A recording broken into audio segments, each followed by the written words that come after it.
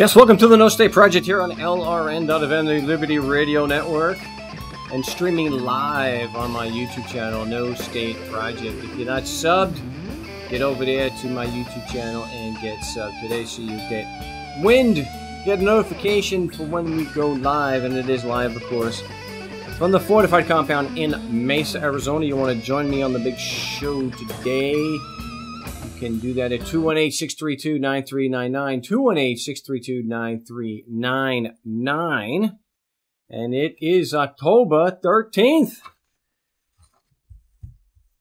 Glad to be with you here. I'm going to depart from the usual because of time constraints. We're going to go straight to a caller who's been on before. I've known him for, since 2004. And it's been a while since he has called into the broadcast, so I'm glad to have him on. But if you do want to join the show, it's about anarchy, yes.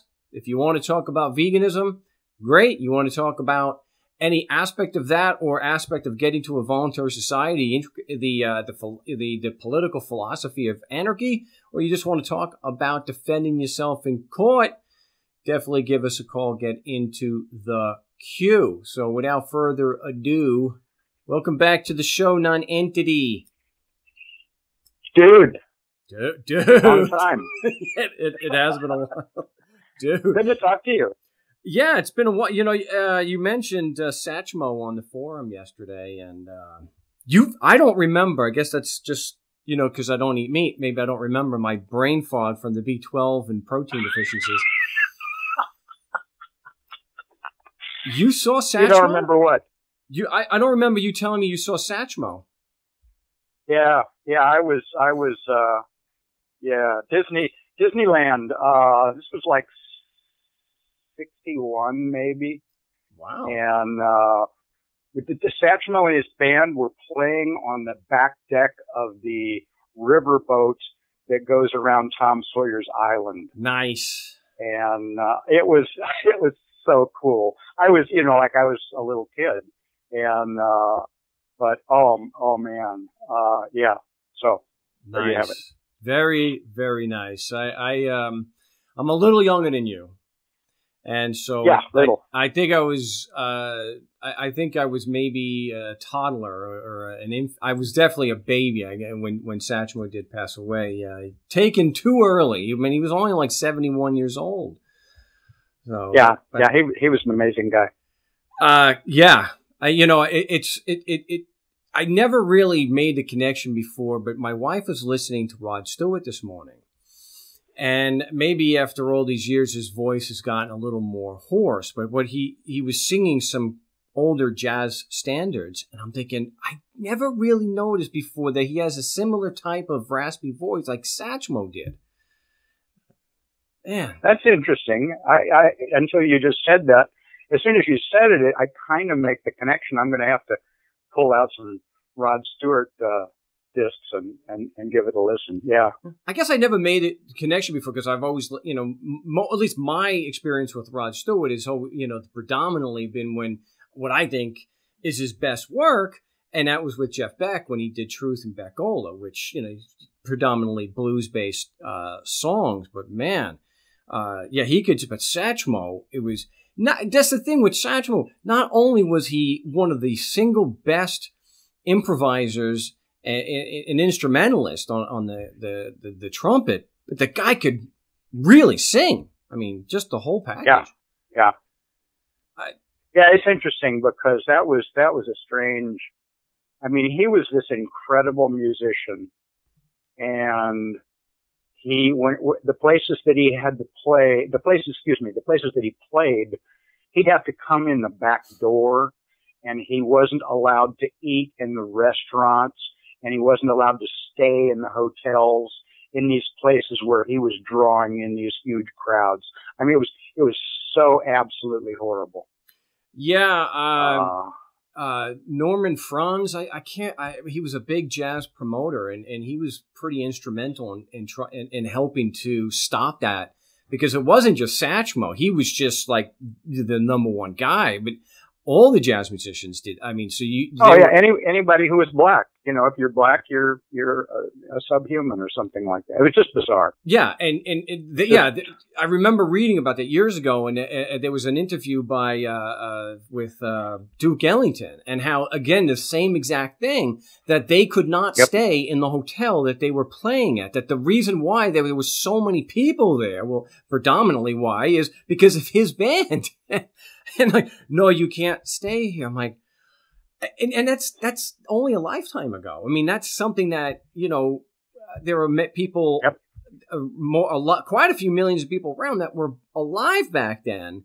And unfortunately, you know, it's something that's forgotten. It's just like you try to explain that the United States was supposedly going over to Europe to fight against, you know, brutal racism. And yet all the ships that you know what I'm going to say. Yeah. All those ships were actually segregated. Yeah, they were segregated. Like, yeah. Well, I would rather talk about Satchmo and how jazz musicians helped influence the civil rights movement. But I know you were very... And veganism. Yeah, but you are short on time. So, yeah. So I got a question for you. Okay. Glue. Glue is used in everything. Your Canon camera, all kinds of parts of it are glued together. Your shoes are glued together. I mean, the world runs on glue. And I don't know it's all of it, but my understanding is that the proteins that make glue work are from animals. And so when I was racking my brains trying to figure out where to draw my line, because I started out as a vegetarian for ethical reasons. And then after a while I got to thinking, well, you know, it's like the way they raise these eggs and dairy products and stuff. That's really not nice. So I really should become a vegan, you know, if I want to be consistent. So I did. I cut out dairy and eggs, and I didn't consider honey to be, I mean, a lot of vegans call honey, you know, a problem. I didn't really think the honey was that big of a problem ethically. But then I started, you know, and then of course it's like boots and leather belts and all of these different things that are just a part of our lives. And I'm going, wow, man, and then I'd start to try and find vegan boots, vegan hiking boots, because I was doing some really serious canyon climbing in Utah at the time. And so they just don't make good boots. So then I'd hunt around in thrift shops trying to find good used boots, because I figured, well, you know, if somebody else bought them, then I wasn't responsible for the killing and stuff like that. Right. And then I think about the glue, and you know, and it's like, man, I finally came to the conclusion that it's impossible to live and be absolutely purely true to vegan principles. So, well, your turn. And I'm sorry for that. I would say, you know, good on you, and I think it's a good idea, obviously, to go and get something that's used, because if we're buying used, you're still not contributing to the demand for more animals to be killed. Probably not. Maybe not. Well, I mean, and that's my philosophy still. I pretty much avoid buying any new leather today, you know. Okay. Well, just hold on a second. We're up against the break, but all right, we're not going anywhere. So just hold tight. We got as much time as you have for this. So just hold by. We're talking with NonEntity about veganism and if you can be absolutely true to veganism. I think you can be, because we have to look at what veganism is, and we can only do the best we can. But we'll address that on the other side of the break. So don't go away. We'll be right back. Well, I'm going to just go ahead. I'm not hearing a bumper from the... We don't seem to have... we're not getting a bumper, but we're going to since we're streaming live on YouTube, we're going to just come back, and it's time for us to come back. So I want to bring back, we're talking with NonEntity. We're discussing the printer. Can you be absolutely perfect with veganism and avoid all exploitation of animals for use of food or clothing and industrial uses? And I don't believe that, NonEntity, that's what, we can't. It's just like, can we be perfectly consistent with anarchist principles? Well, no, we probably can't. But I think the vegan principle is that we try to do what we can, which is practical and workable, so that we can limit the amount of exploitation. When no one's claiming that today we can actually be 100% consistent with that, because and no, I don't know anybody who's actually claiming that. I mean, where are these vegans that are saying, NonEntity, that veganism is an all or nothing principle or philosophy? All right, we got our first tech issue of the day, so hopefully we were able to get NonEntity back on the line there. But I'm not aware of these vegans, these so-called militant, preachy vegans, that are saying that veganism is an all or nothing principle, that you have to not support any exploitation of animals. All right. Veganism is a JWOBS to make people passive, weak, and easily enslaved.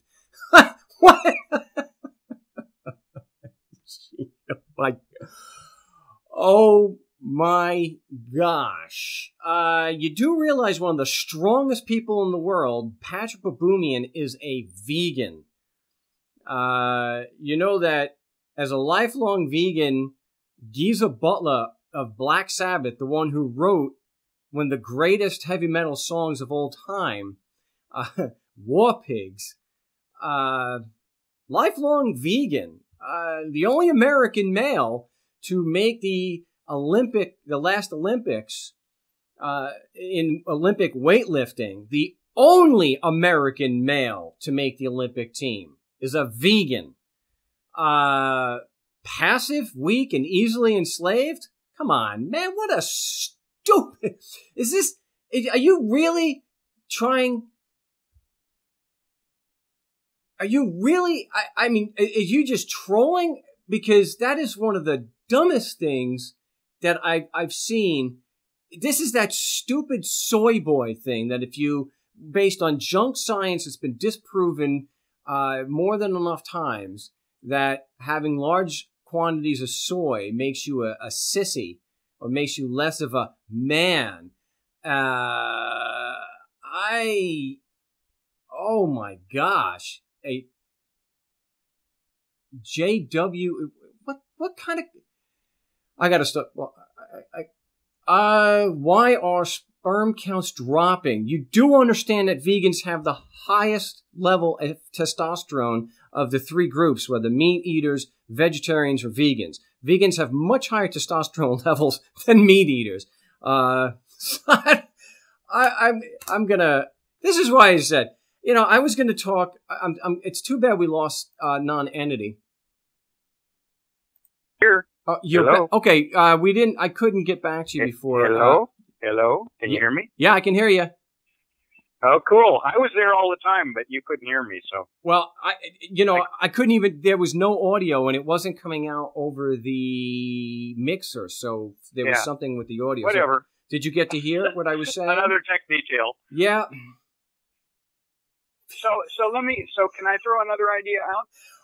Well, did you have a disagreement with that it's not an all or nothing proposition? We can only do the best we can. No, I don't disagree with that at all, and that's where I want to go. Okay. So I've laid my groundwork for how I got to the quandary, and then from that point, what I realize is that wherever we draw the line, it's an arbitrary line. The Jainists, if I'm pronouncing it correctly, they wear masks so that they don't inhale insects because they find that to be not acceptable. You know, and meat eaters, they don't have any problem, I'm sure, with inhaling insects, except for they probably would be repulsed by it. But so there's where you draw the line is arbitrary, and therefore I can't find any way that I can tell you that you've drawn your line in the wrong place. I choose to be as, to a certain extent, as vegan as I can, realizing that pure veganism is impossible. So like I'm drawing my line arbitrarily someplace. Somebody else who eats steaks, they're cool with that. They've drawn their line. I can't really, I can't really say that that's the wrong place to draw the line. I do totally agree that killing an animal or torturing an animal or raising these animals on feedlots in inhumane, just unbelievably horrible conditions, I find that really, really unacceptable. But, if somebody wants to raise an animal, like, for instance, Mark Edge says he raises his pigs and they have a wonderful life up until the moment that they die. And I can't really say that I have a problem with that. I'm really surprised to hear you say that. Excuse me, say that again? I'm surprised to hear you say that. But why? Why are you surprised? What's surprising? Because the ultimate cruelty that you can inflict on an animal is to cut its life short intentionally, to kill it when it's it's not a threat to you. It's not like a bear attacking your family. It's not like the scorpion that I found, that could actually kill a child. It is absolutely not in self-defense, and you clearly have choices to meet all your nutrition without having to do that. So given those two factors, it seems that no matter how well he may treat it beforehand, it's reprehensible to end that animal's life under those conditions. So we are up against a break. So can you stay for another segment? I can not really hear you, but I'm hanging in. Okay, we'll be right back. My name is Mark Stevens. You're listening to the No State Project here on LRN.FM and on YouTube. We are going to a break. We'll continue with this discussion in just a few moments, so don't go away. Yes, welcome back to the No State Project. I real quick before we bring NonEntity back, what I love is that people have no problem, like anarchists would not a single problem at all making a moral judgment on people called government that taxation is theft. But the moment you mention a moral judgment on killing and eating an animal that posed no threat to you, all of a sudden you're a condescending, and arrogant and trying to force your morality on people. So the idea that we don't make moral judgments, making a moral judgment is what we do. We should be making it, but if we're going to make a moral judgment on it should be with a clearly defined principle. So if you're someone who says that don't force your morality on me, then you have no business saying that taxation is theft, because that is a moral judgment. And stop forcing your morality on status who are very happy with their government and their college football and whatnot. The amount of hate that is exhibited online when somebody mentions veganism is palpable. I could talk about anarchy and get nowhere near the level of hate and insults as when you mention veganism. You can have a discussion on abortion and it's not nearly as heated. But somehow meat eaters are just immediately triggered and get to insane levels of rage and hate. It's completely, I mean, the NonEntity, the response is so over the top, overwhelming, and disproportionate when you discuss veganism as opposed to anarchy and other moral or ethical principles. But I wanted to discuss that the arbitrary line, I don't think it necessarily is arbitrary, and that's when we were discussing Mark Edge of Free Talk Live. You don't seem to. I was surprised that you had no problem with him killing and eating an animal that he raised just because he raised it in better circumstances. Are you there? I am here. You just. Oh, okay. Well, it's interesting because I pretty much agree with the point that the analogy is it that you just made about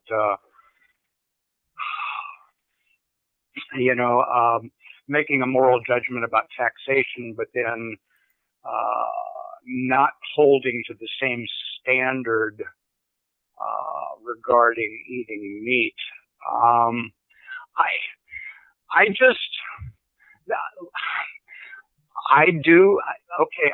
You say that you can't see what I consider obvious is that it is an arbitrary line, and you say you can't see that.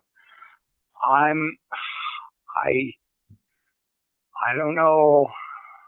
I mean, so do you use adhesives?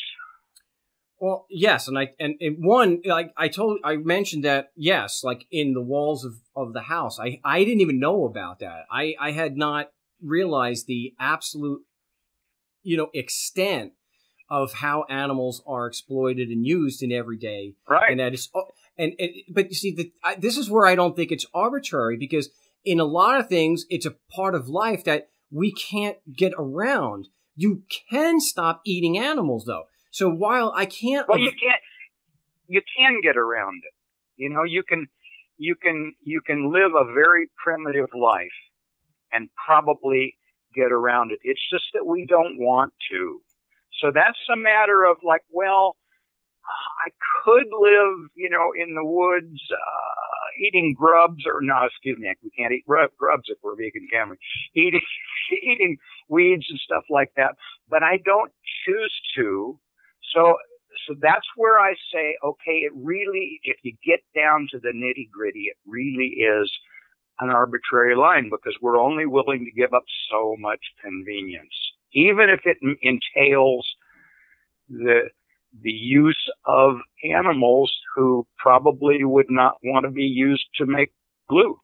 Sure, but it is unavoidable. We don't have the option of going into the damn woods because BLM will arrest you. People have tried to do that. This is not 400 years ago anymore, where you could, or even 200 years ago, where you could just be like Henry David Thoreau and go 15 miles out and you're in the middle of the wilderness. You may be able to do that for short periods of time, yeah, but you're going. Well, okay, no. They will pull the plug on you.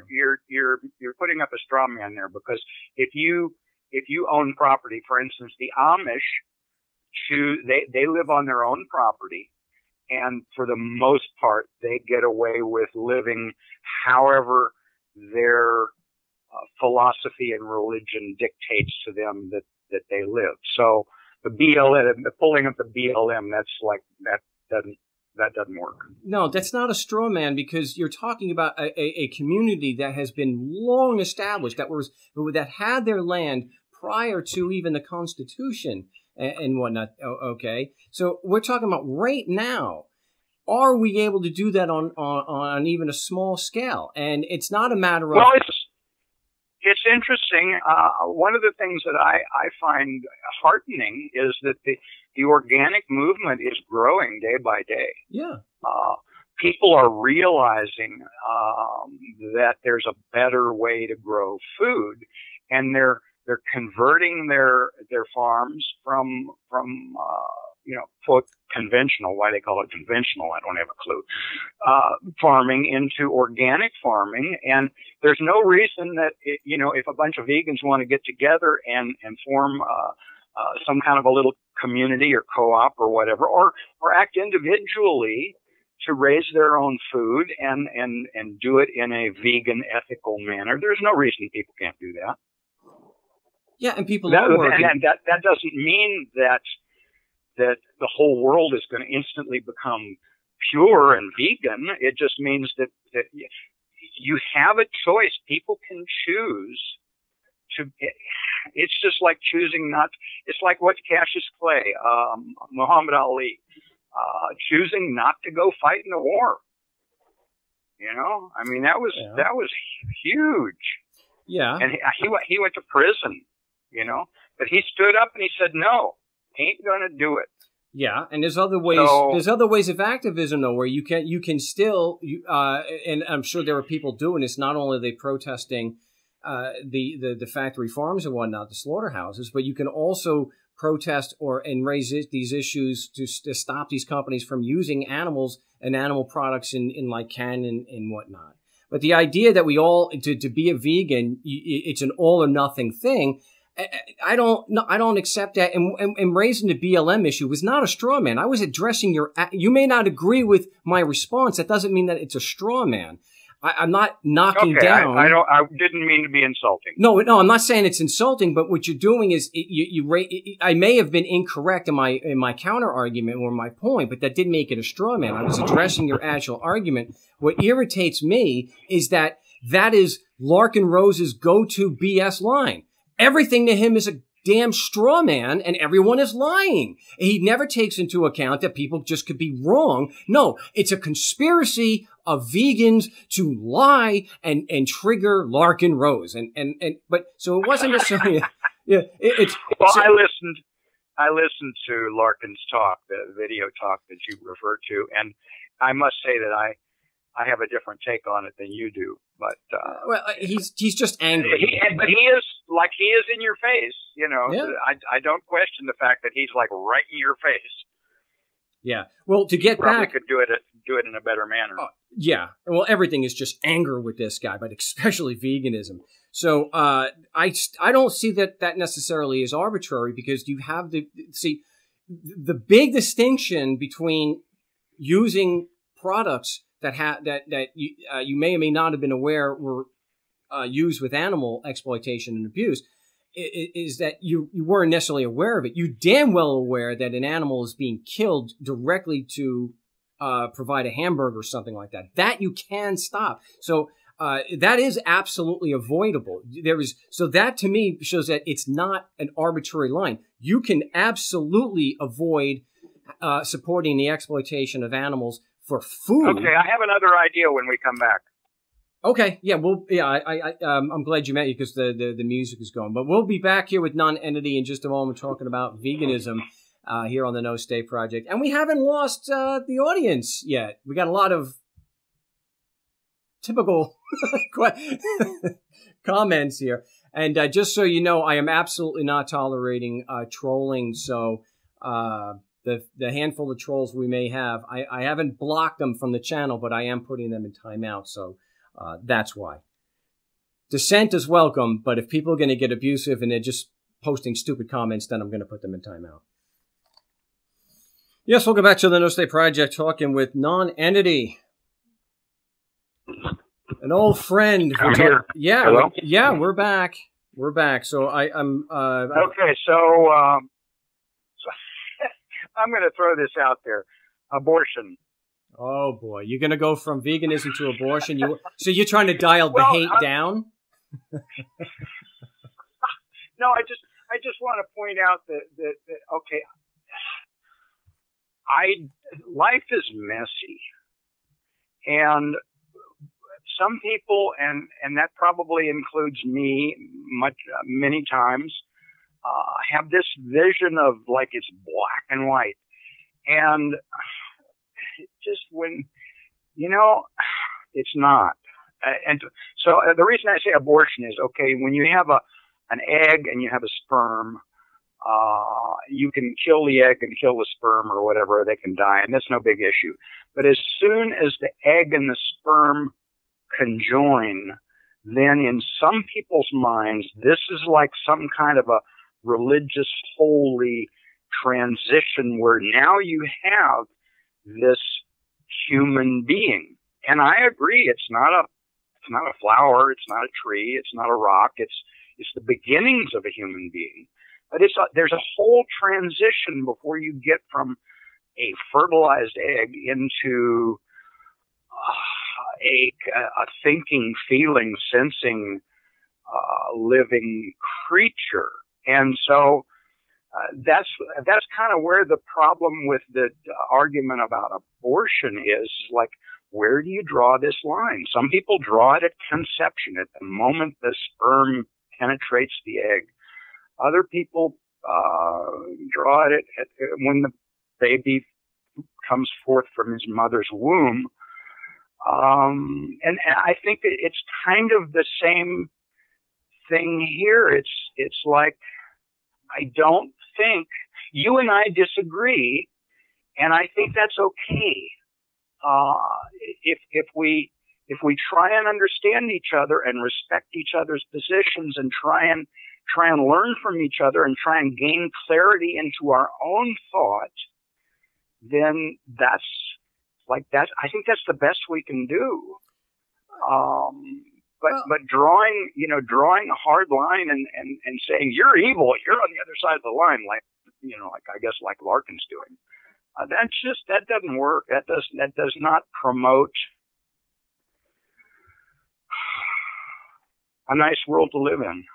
Well, the problem Larkin has, and I think maybe you're not making this distinction, is Larkin is not capable, apparently, of separating the argument from the person. So I may condemn the behavior, but I'm not out there saying you're a horrible, bad person. I'm saying this is unethical behavior because of this. And right. Okay, and I'm not saying that Larkin is a terrible person. Well, Larkin is, but and I'll address those questions about that stall because apparently you didn't watch the video. I don't know why you felt the need, at least with a discussion with me, to inject religion unless you were just trying to trigger I2. No, that was a joke. Okay. But I don't see it, and not everyone sees it. I certainly have gone out of my way to let people know that I discuss rational secular ethics, and that's my position on that. Everyone knows that I do not.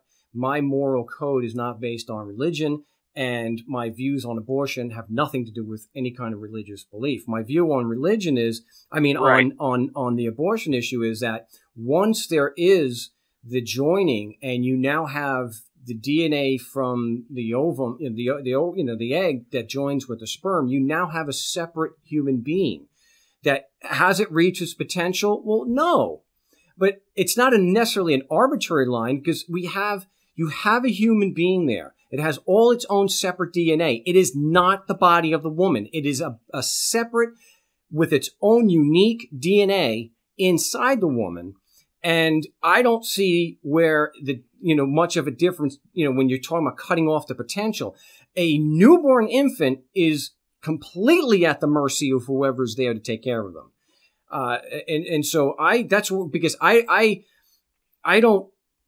To me, it's still a human being. And if you take that life when it's like the same as any other human life, if it's not in self-defense, that's why I've mentioned on the show, I think with abortion, where the mother's life is in danger, you have a true ethical dilemma. And so you go with the one you have, more of an emotional attachment to. You're still taking an innocent human life, and that's wrong. But you're drawing an arbitrary line. How's that arbitrary? Well, you just said it. You're choosing the one that you have the most emotional connection with. How is that you're arbitrary? You're choosing between this fertilized cell and the mother. It's just an arbitrary decision. No, it's not an arbitrary decision. It's based on nothing. There's no grounds for it. Don't fall into this Larkin trap, please. There is a legitimate reason. Okay, maybe we don't view the word arbitrary the same. When I use the word arbitrary in this context, what I'm meaning is there's no clear-cut rational way that we can prove that it's better to kill the fetus or kill the mother. It's just we have to choose, and neither decision is better than the other. That's kind of what I mean by arbitrary. Oh, but that's not. But arbitrary is random. The natural definition is it's a random. Yes, but your reasoning is that you have a history, and the mother is considered to have more ethical value based on the children she may have, the value she's already produced. So I don't. It still doesn't take away that it's an ethical dilemma, sure, but I don't agree that it's an arbitrary decision. Okay, well, we're disagreeing. Your understanding of the word arbitrary is different from mine, so that's cool. I agree with you that it's an ethical quandary. That you can't really say one way or the other which is the superior choice. Yeah, it sucks either way. We're in agreement on that. Yeah, I just don't think it's necessary. It's just like with the we're drawing a line with eating animals. I don't think that's arbitrary because you can show that the animals pose no threat. You don't need to eat it. So that is much easily avoid. I mean, you would agree it's much easier to avoid the exploitation of animals for food as opposed to the exploitation of animals for, making houses and shoes and whatnot. No, I don't agree with that at all. You think it's just as easy to avoid the exploitation of animals, let's say, for use of car parts and looking at it from an ethical perspective, I don't feel if I'm concerned about the integrity, the personal, if I'm concerned about another living being and feel that I don't have a right to kill that other being for my own benefit, whether that benefit is the glue that holds the rubber on my camera or that benefit is the hamburger that would provide nutrition to my body. Either way, I don't have a right to take that other living being's life. I agree with that. I agree with. Okay. I think that I'm talking about the distinction as whether the decision to eat animals is an arbitrary line. Well, okay, so we can't use the word arbitrary because we're not coming, as I too would say, we're not coming from the same tier map. But even on your definition, Nani, even by your definition, it's not. There is a reason for it, and I'm saying that it is very easily avoided, as opposed to what you're talking about, the exploitation of animals, where in modern life it's pretty much impossible to avoid. Well, see, you're just coming down to what's convenient for me. Oh, it's like when you say that it's harder to get by without adhesives. Well, okay, that doesn't give me a right to kill some animal just because I want my life to be easier. Well, no one's claiming. I'm not claiming. Yeah, but I'm not claiming that. Wow, you got. Well, you kind of are. From what I hear, I mean, the way I parse your statements, that's exactly what you're saying. So you don't see it. You see, again, we get back. You think that you have to just pack up all your vegan stuff, leave your car alone, and walk into a piece of property in the hopes that you'll be left alone. On shoes that don't have adhesives in them. On shoes that don't have. I mean, if you're going to be absolutely ethically, that's why I'm saying that I can't tell a meat eater that he's doing the wrong thing, because the line is not. I can't clearly, if I'm going to be ethically consistent, then I can't wear shoes. I can't. Yeah, but we can't avoid paying taxes, and the taxes that we pay go directly to support the mass murder of people in the Middle East. Does that mean you can't make an ethical judgment and tell people that it's wrong to kill other people? I mean, that to me it seems like the same thing that you're trying to do here. It's the same thing that Larkin's trying to do. We're all hypocrites, so don't tell me that this is immoral. He wants to be able to say that eating animals when he doesn't need to, and they pose no threat to him, he wants to say that that's moral. But when you try to say and argue that it's not moral, he shouts you down, screaming, we're all hypocrites, and you don't have any right to tell me this is immoral. Well, if we don't have a right to say that it's immoral, he has no right to then turn around and say it's moral. But he wants to stand on his moral high horse and shout and scream at everyone for being liars. So how is that? So how is it different? Good point. Right. So, I mean, the guy is, so I don't see where, so is that something that you would support, that just because we all support the bombing and murder of innocent people, and we can honestly say that innocent people have been butchered in the Middle East because of the drone strikes through Bush, Obama, and now the Orange Menace. Does that mean we can't make moral judgments about killing people and murder? I don't know. That's why that's why I make the statement. I'm agreeing with what you're saying, and at the same time, I'm saying that some of these lines can't be that. Okay, so I don't know. It's difficult, and I think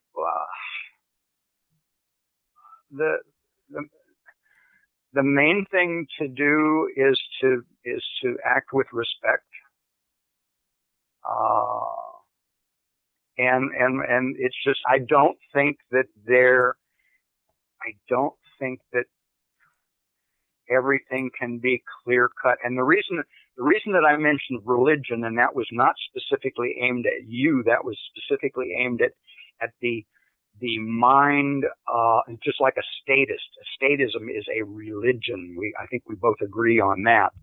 And the concept of religion to me is where you have absolute belief that you know the truth, that there's no question whatsoever. And that's what I have a problem with. It's like, I don't think, personally for me, there's a lot I don't know and there's a lot I don't understand. And I try really hard to be consistent and to be honorable and I know I'm going to fail. And so I think recognizing that everybody is not perfect and that nothing is perfect, and we have to just try to understand as clearly as we can and be as consistent as we can, recognizing that other people's experiences and perspectives are different. And it's like, as we grow older, we look back on our youth and we go, oh shit, did I do that? I probably shouldn't have said that on the radio, but that one's okay. It's like as you grow up, you realize that, oh, that was really stupid the way I thought when I was younger. Yeah. Yeah. There's no doubt. I would inject though in what is really dangerous about statism and religion is because people will say, well, what effect does it, like with religion anyway, not statism, but religion, it's more of what is this, how does this affect you if people want to believe in this? And the answer that I really like and respect, because it's right on point with statism, and this is where Larkin's problem is huge. You came on the show and you said, and I asked you a question, and you were honest, and you have something Larkin doesn't have, and that is the humility enough to admit you don't know. And that's fine. That's great. And so I agree, we do the best that we can. But what really is bad about statism and religion is that it shuts down discussion. And that's why Agreed.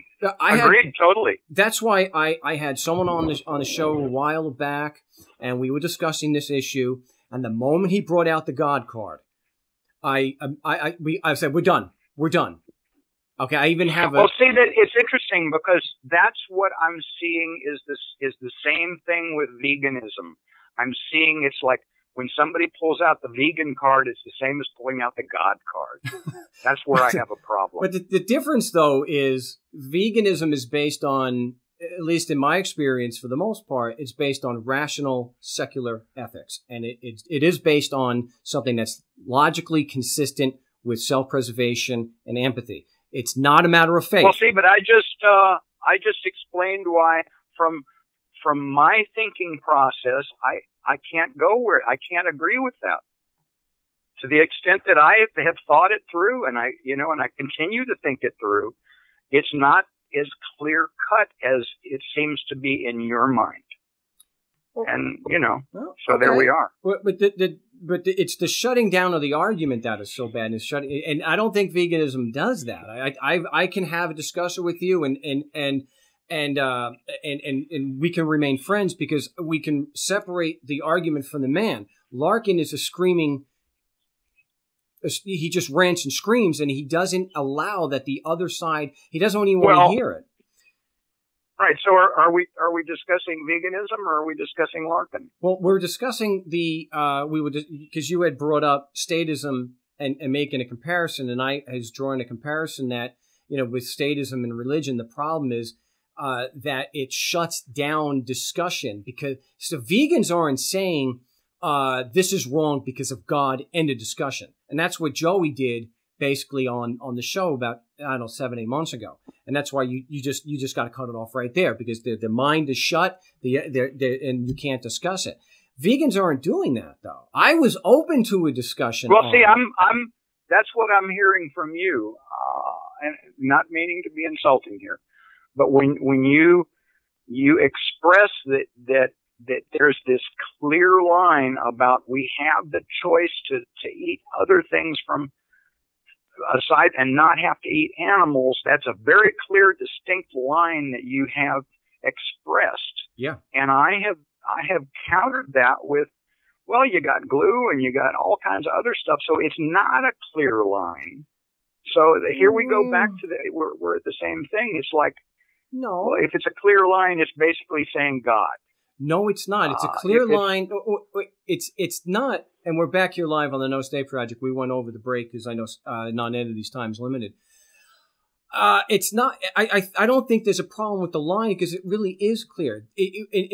As long as the animal is posing no threat to you and you can meet your nutrition without doing that, it's like you're not in an ethical dilemma where you absolutely have to do that in order to sustain your own life, then it's very clear.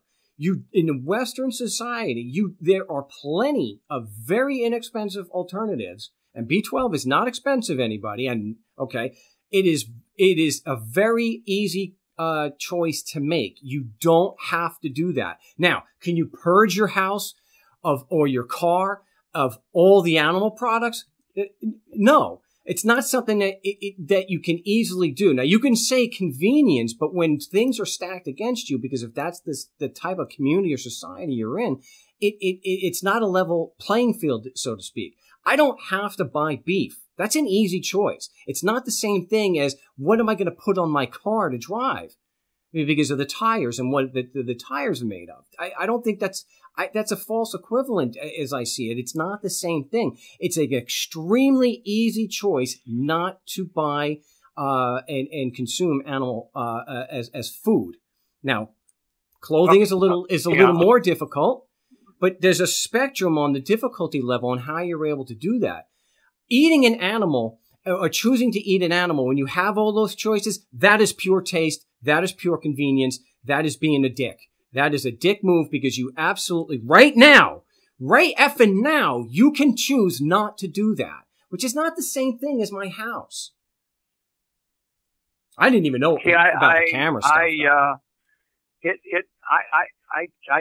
disagree with you there because if you're talking about, it's a spectrum. And you've just clearly pointed out, you've clearly made the case that it's a spectrum. Yeah. And I would have used the word arbitrary, but that doesn't work for you. It's like, okay, it's not convenient for you to not drive your car. And that's where you've drawn this line. Because it's just, I don't know that we can get past this. I kind of hate that phrase, agree to disagree, but I don't know, where else to go with this. What do you do with ambulances? I do not agree with you. What do you do about ambulances that save people's lives? I mean, you said, well, you can't use the ambulance. It's all got to be by hand. It's got to be by a rickshaw or something like that. You know. Well, so what you're doing is you are saying that humanity is superior to non-humanity, and ethically, I don't know that I can make that statement. You come down to like what they call it, lifeboat cases, where it's like, well, if it's me or having to kill an animal, well, then I'm obviously going to kill the animal because that's a life or death situation. Well, it's also a life or death situation for the animal. Sure. And who the hell are you to say that your life is worth more than the animals? I agree. And no one is saying that as vegans we're perfect or we're striving to be perfect. We're striving to do the best that we can. That the fact that we are inconsistent, and I didn't even know about the camera. I mean, someone told me on a live broadcast, and I looked it up, and he was dead on about some material in walls, sheetrock or something. I had no idea. Well, it's in everything that we. It's like if you have a book or you have a piece of furniture, everything our whole lives are put together with adhesives. Yeah, and we have, and I think we need to strive to be more ethically consistent. Anyone who says that they are 100% ethically consistent, I think, is being dishonest. But we're striving to be better. And that is another form of activism to get companies to stop doing that, to do what we can to stop the exploitation of animals. But the idea that just because we're interested in not exploiting animals, that we're not interested in the exploitation of human beings, which is ridiculous. That's that stupid Larkin Rose crap, that people only have one single focus. Well, they care more about the animals than the people. Well, let me tell you something. I'll be perfectly frank with you. When it comes to the type of person that Larkin Rose is watching his video and love to hate on vegans, and the typical YouTube commenter or the typical Facebook troll, yeah, I have less against animals than because animals tend not to be such massive dicks to everybody just to be a dick. Yeah. So speaking of, in the beginning of the show, you were talking about the YouTube, and I wanted to say, are you still on? You haven't been cut off? Seems like everybody else in the world's been cut off of YouTube over the last couple of days. No, you're thinking Facebook.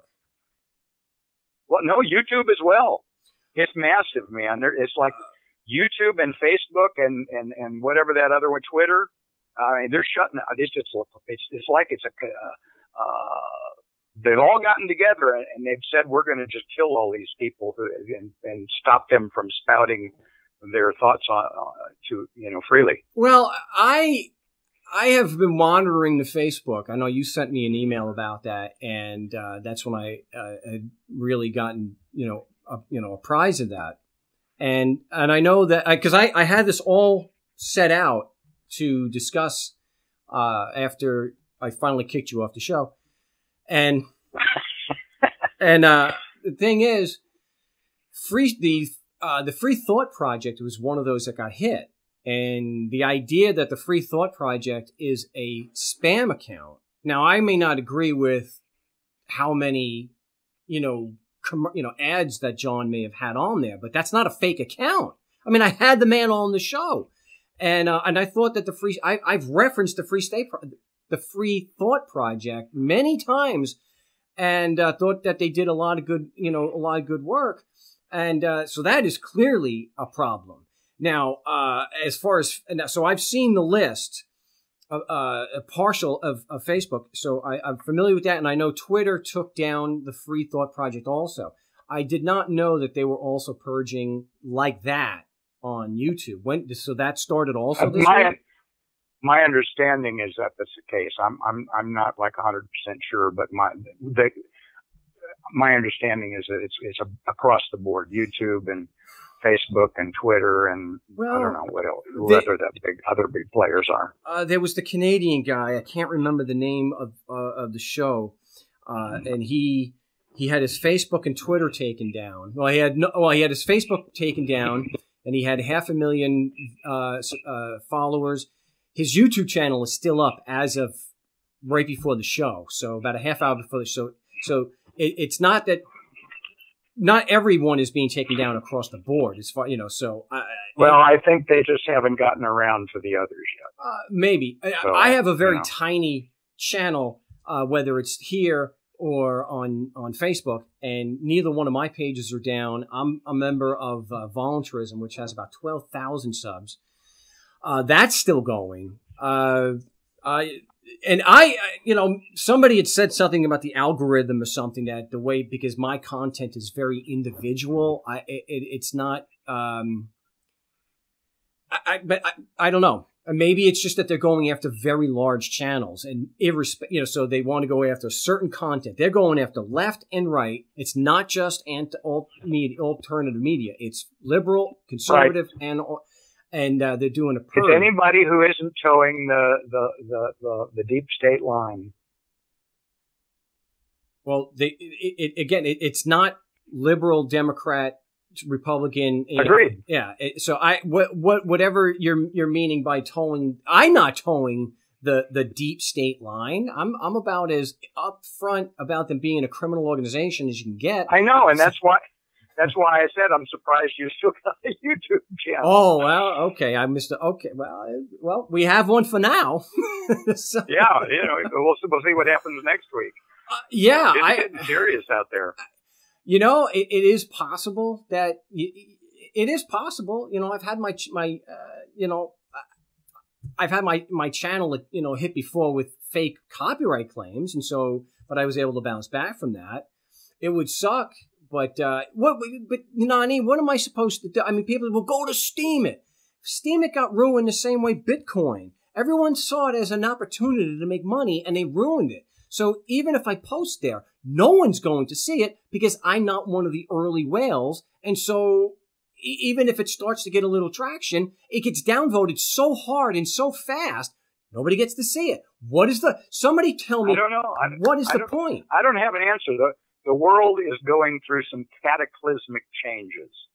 And, I think it's going to get real nasty before it gets better. And you say, well, what am I supposed to do? Well, hell, I don't know. I'm just pointing out what's happening. I get it. I'm not claiming that I have any answers. Oh, I'm just talking, to the whole audience there. The idea, because people keep telling me go on Steam and do. I say, I have there's no logical reason to go on Steam when there's no audience there. I mean, I might as well go on Reddit. Well, when YouTube, when the other major players totally shut down the kinds of content that you and I are interested in participating in, perhaps at that point, the only option is going to be Steam it and some of these other things that are just starting to form now. And so, it's kind of like before YouTube existed, what did you do? Okay, well, YouTube is going to stop existing, so then you're going to have to do the same thing. It's like, what did we do before YouTube? What did we do before email? Yeah. We used to use fax machines, for Christ's sake. Yeah. Maybe we're going to be back to using fax machines. Who knows? I guess what people can do, if you're worried about that, then go and sign up to the markstevens.net newsletter. And this way I'll have an independent database of contact. Oh, for sure. Definitely. You should definitely be doing everything you can to get control of your user base so that it can't be taken away from you. For sure. Big time. Yeah. Well, I did fix that. A number of people had pointed out it wasn't really working too well. So I do have it fixed. So if this is going to be an issue, and it looks like it is, then to stay in touch, and so you'll always be able to get content, go to markstevens.net, sign up for the newsletter. I mean, you can tell I don't have a monetized YouTube channel. I don't have ads on my website, so it's not like anything it's going to be sold. See, I didn't even know you had a newsletter to sign up for. Yeah, that's bad. That's bad. Maybe you need to make that more prominent or something. Yeah, I'll have to mention that a lot more often. I don't know what's happened. I'm not even hearing the commercials for the feed, so maybe it was because of my headset. Well, we're having a good time. What the hell? Yeah, I just want to let people know that we're still live on the air. We may not be on. I'm sure we're on LRN. Somebody would. Oh, I didn't even open up Skype. See, this is what you do when you get involved with the show. I start getting like you and forgetting stuff and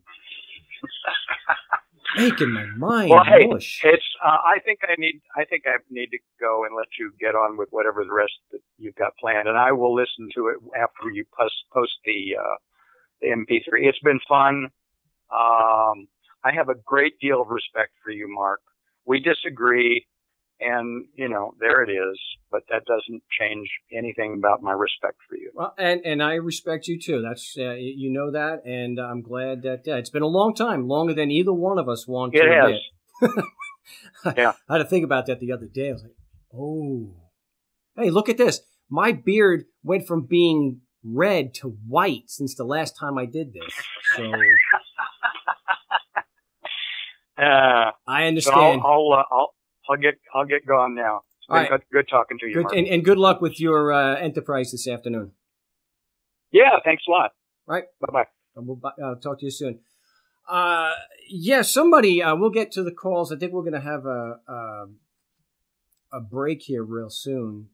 So I don't know. I guess I'm looking at, actually, I think we just started a new segment. So for those listening on LRN.FM, all the off-air dialogue and comments will be available at markstevens.net today after the show, or you could watch the live video feed on my YouTube channel, which is No State Project. And I guess that's something that you got to, so he's right. A lot of these alternative media people who aren't going through the mainstream, who have a different view of whether government is a moral, ethical institution or not, are being taken down, and that is not good. Imagine the reason why I'm still on is because I have a very, very tiny show. I have 12,000 subs, and so they figure that's being neutralized enough. So we'll see. Let's get to the calls. He's been very patient. We've got Jason in Mississippi. Welcome back to the show. Jason. All right, we're going to mute Jason up there. We're going to go to Mike in Texas. Mike, welcome back to the No State Project. Howdy, Mark. How's it going today? It's been a while since I've called. It's been a few years. I listen to you every now and then since then, but you've helped me out quite a bit in the past. I've got stuff dismissed, things, de-escalated where I've gotten a smaller fee and stuff like that. But I could be wrong, but I kind of disagree with you on the veganism debate. Okay. Do you think you could be wrong? Yeah, absolutely. I changed. Okay. I had a major life change live on this show 2 weeks in a row. One, when I realized I was being ethically inconsistent to such a degree that I went and became a vegetarian. And then EL called the following week, and after a discussion and showing me my more inconsistencies in my own principles, I went vegan that day. So I think I've proven that I am not closed-minded and I'm willing to have an argument. I'm really glad to hear that. I heard you say on your the video you did to Larkin Rose, where kind of towards the end of it you said that animals have a want to live. Do you know that plants don't have a want to live? Well, plants react to stimuli. They don't have wants. They may react in ways that can be considered to preserve their life. Yes, but to say they have wants, no. I wouldn't put them in the category of a sentient animal like a pig. You can see is obviously struggling to live and is actually suffering and being terrorized. You can't terrorize, a plant. I kind of look at it like, you don't know that a plant doesn't have a want to live, or that they don't want to live. You don't know that an animal does either. I mean, like, I step on my cat, it cries and it runs away. So you think that as a want to live. You cut the top of a plant off and it forks off to kind of preserve itself in a way, I guess. But, you don't know, you can't communicate with it. So how do you know, how do you know it's sentient? How do you know that it wants to live? How do you know it's sentient? Yeah. Sentient is being able to have subjective, emotional experiences. And how do you know plants don't have that? Because plants don't have a brain and a central nervous system to have subjective experiences. Again, no one is doubting that plants react to stimuli. We had massive sunflowers in our yard, and it reacted to stimuli in that as the earth was turning and it looked like the sun was going across the sky, the sunflower turns. That doesn't mean that there's any consciousness. It's reacting to the stimuli. That's it. There's no evidence whatsoever that it's having a subjective, sentient type emotional experience. Mm-hmm. I just don't see how you can apply the same thing to an animal that that it's having that subjective, sentient, response to whatever. I mean, most animals you kill and, they're just gone. So there's no reaction or anything like that. You could do the same thing to a human. You could just double tap them in the back of the head. Gary Webb allegedly committed suicide we can communicate by shooting. With them. Yeah, but there are humans you can't communicate with. There are humans that are blind, mute, or that they don't have the mental capacity. They don't have the mental capacity to communicate. So is that okay then to shoot them? I do not believe that. No. Okay, so the fact that we can't communicate in the same manner with speech does not mean that. I mean, you can teach animals to count. There are monkeys and gorillas that use sign language. That through sign language they are able to communicate to a degree. You can still hook up an animal and show the areas of the brain. Similar to like, with humans where there's an empathic response. You can actually observe them having the subjective emotional experience of terror or happiness. You can actually watch that.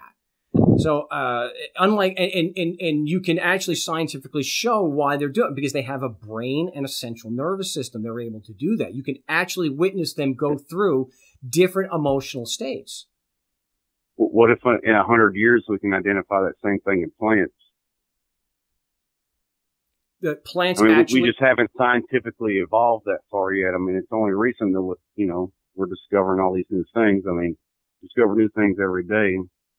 In 100 years, if we discover a plant has a brain, will it be immoral to eat a plant then? Well, that is something that you'd have to worry about then. At this point in time, we don't have the evidence. And certainly you don't actually have to kill a plant. You don't kill a tree to eat its fruit. You don't have to do that. So if people are worried that plants are like Joe Rogan, this barbarian, that they're literally screaming when you eat them, I can't even entertain that. But you don't have...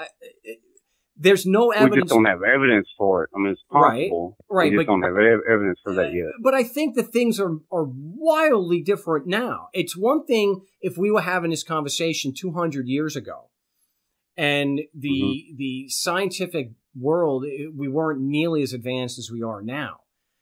I think with the advances we have now, I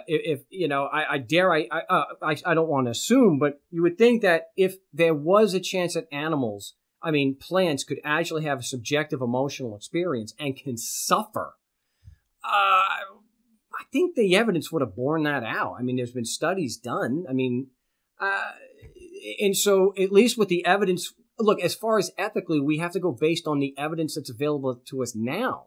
So if in the future that happens, then to be ethically consistent, we would have to only be consuming the part of the plant that does not result in the death of like I said, the fruit that does not result in the death of the plant. Could I slice off some flesh from an animal and the animal still live? Well, if you're talking about like you're hurting the animal, you're physically hurting the animal, you're going to cause the animal pain. You could disable the animal. I mean, I know Dwight Schrute had this awesome idea for, having sliders made of horse meat where you just take a portion. Thank goodness, Hemmick or Schlemmer, they all turned them down. But you're actually physically hurting the animal. That's almost a level of torture, for heaven's sakes. Well, let's just cut his leg off. I'm just throwing questions out there just to, get a feel for, how you think about this. I'm not suggesting that, obviously. I think that the abuse, torture, and killing of an animal for sport or to eat them is barbaric. It is, because look, it's just like the thing with Michael Vick. Why in the hell was there so much outrage about what Michael Vick was doing by having dogs fight? They were his animals. Why was there outrage over that? They were hurting each other. Because it's wrong. The dogs. Yeah, it was wrong. And so one of the things I was thinking to discuss, because you get this from ANCAPs all the time, these Ayn Rand worshipers. These not all, but it seems to be the majority opinion. This is not a fringe opinion for ANCAPs. For ANCAPs, they believe that if the animal is yours, there is no rights that the animal has, and you can do literally whatever you want, and it's not morally wrong because the non-aggression principle doesn't apply to them. It's your property. You're free to do whatever you want. And I would love to be able to question one and say, so what Michael Vick did was absolutely morally straight and ethical because they were his property. I disagree on that. I would say that if you own a cow and you break all its legs and just leave it laying there, that's morally wrong. But if you own a cow and you kill it and eat it, that's morally, there's nothing wrong with that to me. Why is it morally wrong to hurt the cow? You're needlessly making it suffer. Needlessly. Well, if you have in a Western civilization, you have the alternative that you don't have to kill and eat the animal. Isn't it needless to then kill and eat the animal? Can you live in a stone hut or an adobe hut? That wasn't the question, though, Mike. Okay, I'm going to say no. No. So you could also live in an adobe hut. You don't have to have a wooden house that could get infected by termites that you have to kill, right? Yeah, but you could live in a brick house. Yeah, you could, but you're not taking into Mike, you got to take into account, things that life is not that black and white. Not everyone has the ability to just move out of their house. And if you're in an area like I am, that is where the real estate market is unbelievably hot, I'm priced out. Dude, I am stuck. I mean, I like my house. And that happens with other people. So life is not as black and white. And that's what we talked about with NonEntity. It's not that black and white. But my question, so if you agree that killing and eating the animal it's needless because you have other alternatives, then doesn't it follow that just as it's immoral to hurt the animal because it's needless to kill and eat them? Wouldn't that then follow as being immoral also? Well, I think there's a nutritional need to eat the animal. I don't think there's any need the only need to just break all the animal's legs would be some mental illness that you just love to make animals suffer. Okay. But there is no nutritional need to eat animals. You can get all your nutrition by eating plants and nuts and plant-based and taking a B12 supplement, which you can get by buying coconut milk, for example. So there is no nutritional need. There's no need to live in a wooden house either. You're doing it necessarily, maybe by necessity, because that's all that was available at the time. You're trying to make housing into a very simple. There are brick houses. There are. Can you afford them? Were they available? You cannot paint, or you shouldn't be making it so black and white that your housing is that simple. It's not. When I was looking, I was priced completely out of the market. You're interrupting. I can't. I was priced. My example is a very common one, especially right now. Okay. Housing in Phoenix is going through the roof. Okay. Going and just you don't have to in Phoenix. This is where you see, again, you want it to be black and white. This is where my roots are. This is where family is. I have family that needs help, who's elderly, and they need the help. It's not a black and white issue to just say, look, this is that. I didn't know all that. Of course, because it's like what Larkin Rose did. You cannot try to fit everything into a tiny box and say, well, F all of this context. Housing is a very complicated issue. What if I need animals? What if I need animals to meet my nutritional needs? Is that okay then? That's an ethical dilemma. Okay, it's still not purely ethical, but are we in agreement that if to do it needlessly, to kill and eat an animal, that is immoral and unethical? Needlessly, yes. Right. So we can it's very easy to show that nutritionally, you don't need to kill and eat animals to meet all your nutrition in a Western civilized society. It's a very easy thing to do. Even, small stores have a lot of vegan options. So it is one of those things that is a myth that you'll get a protein deficiency. That's absolutely false. Can you get a B12? I don't know about. I'm sorry? I don't know about the protein deficiency, and I'm not a scientist on biology or nothing like that. I don't know about what you need, all the nutritional needs you need. I just know that, like, the life that I've been living, I eat meat, I eat everything, and I get all the nutritional needs I need. I've never personally tried a different diet, but I also know that that's a financial burden that I don't feel like taking on right now. Financial? You pay the tax, you get to go hunt all you want. So it's free minus the license tax. And that's a lot cheaper than gardening for myself. That's a 50-cent bullet. Yeah, but Mike, I got to tell you, eating as a vegan, I can make black bean patties for a whole family for less than $10. Now, so it's not expensive, and we can agree that since you have the choice, going and killing and eating the animal is needless. It's not fulfilling a need because you have an alternative. So my need is saving money. But it's still needless. Do you think a vegan diet is cheaper than an omnivore's diet? I know for a fact that in most parts of the United States, for example, or Canada, in Western culture, Western society, I know for an absolute, unambiguous fact, it is cheaper to feed yourself as a vegan than it is as a meat eater. Yes. And that's not even getting into all the subsidies for the dairy industry and the meat industry and whatnot. It is absolutely less expensive.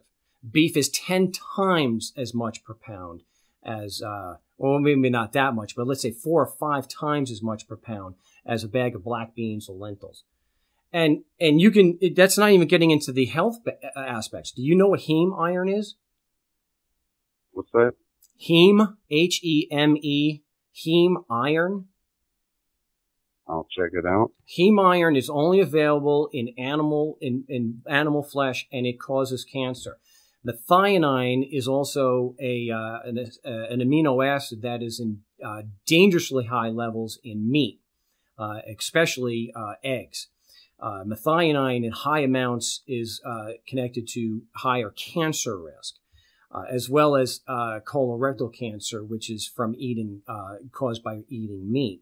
But without even getting into the health issues, the ethical issue is pretty sound. You are needlessly doing it. It is not more expensive. It's very inexpensive. So,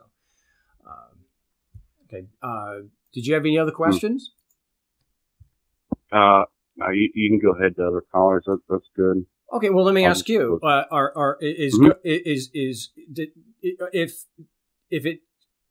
if we are agreement that needlessly doing it is immoral, and that would you at least make an effort not to kill and or support the killing and eating of animals and having a plant-based diet? Like the word need, it's kind of like that. What the definition of is. Come on, that's not true. I mean, you don't need. I mean, I'm sorry about your parents and all that. I'm not going there. Just you don't need a wooden house though. You live in a stone house, but like Nani was saying, for the convenience, that's what you're living in.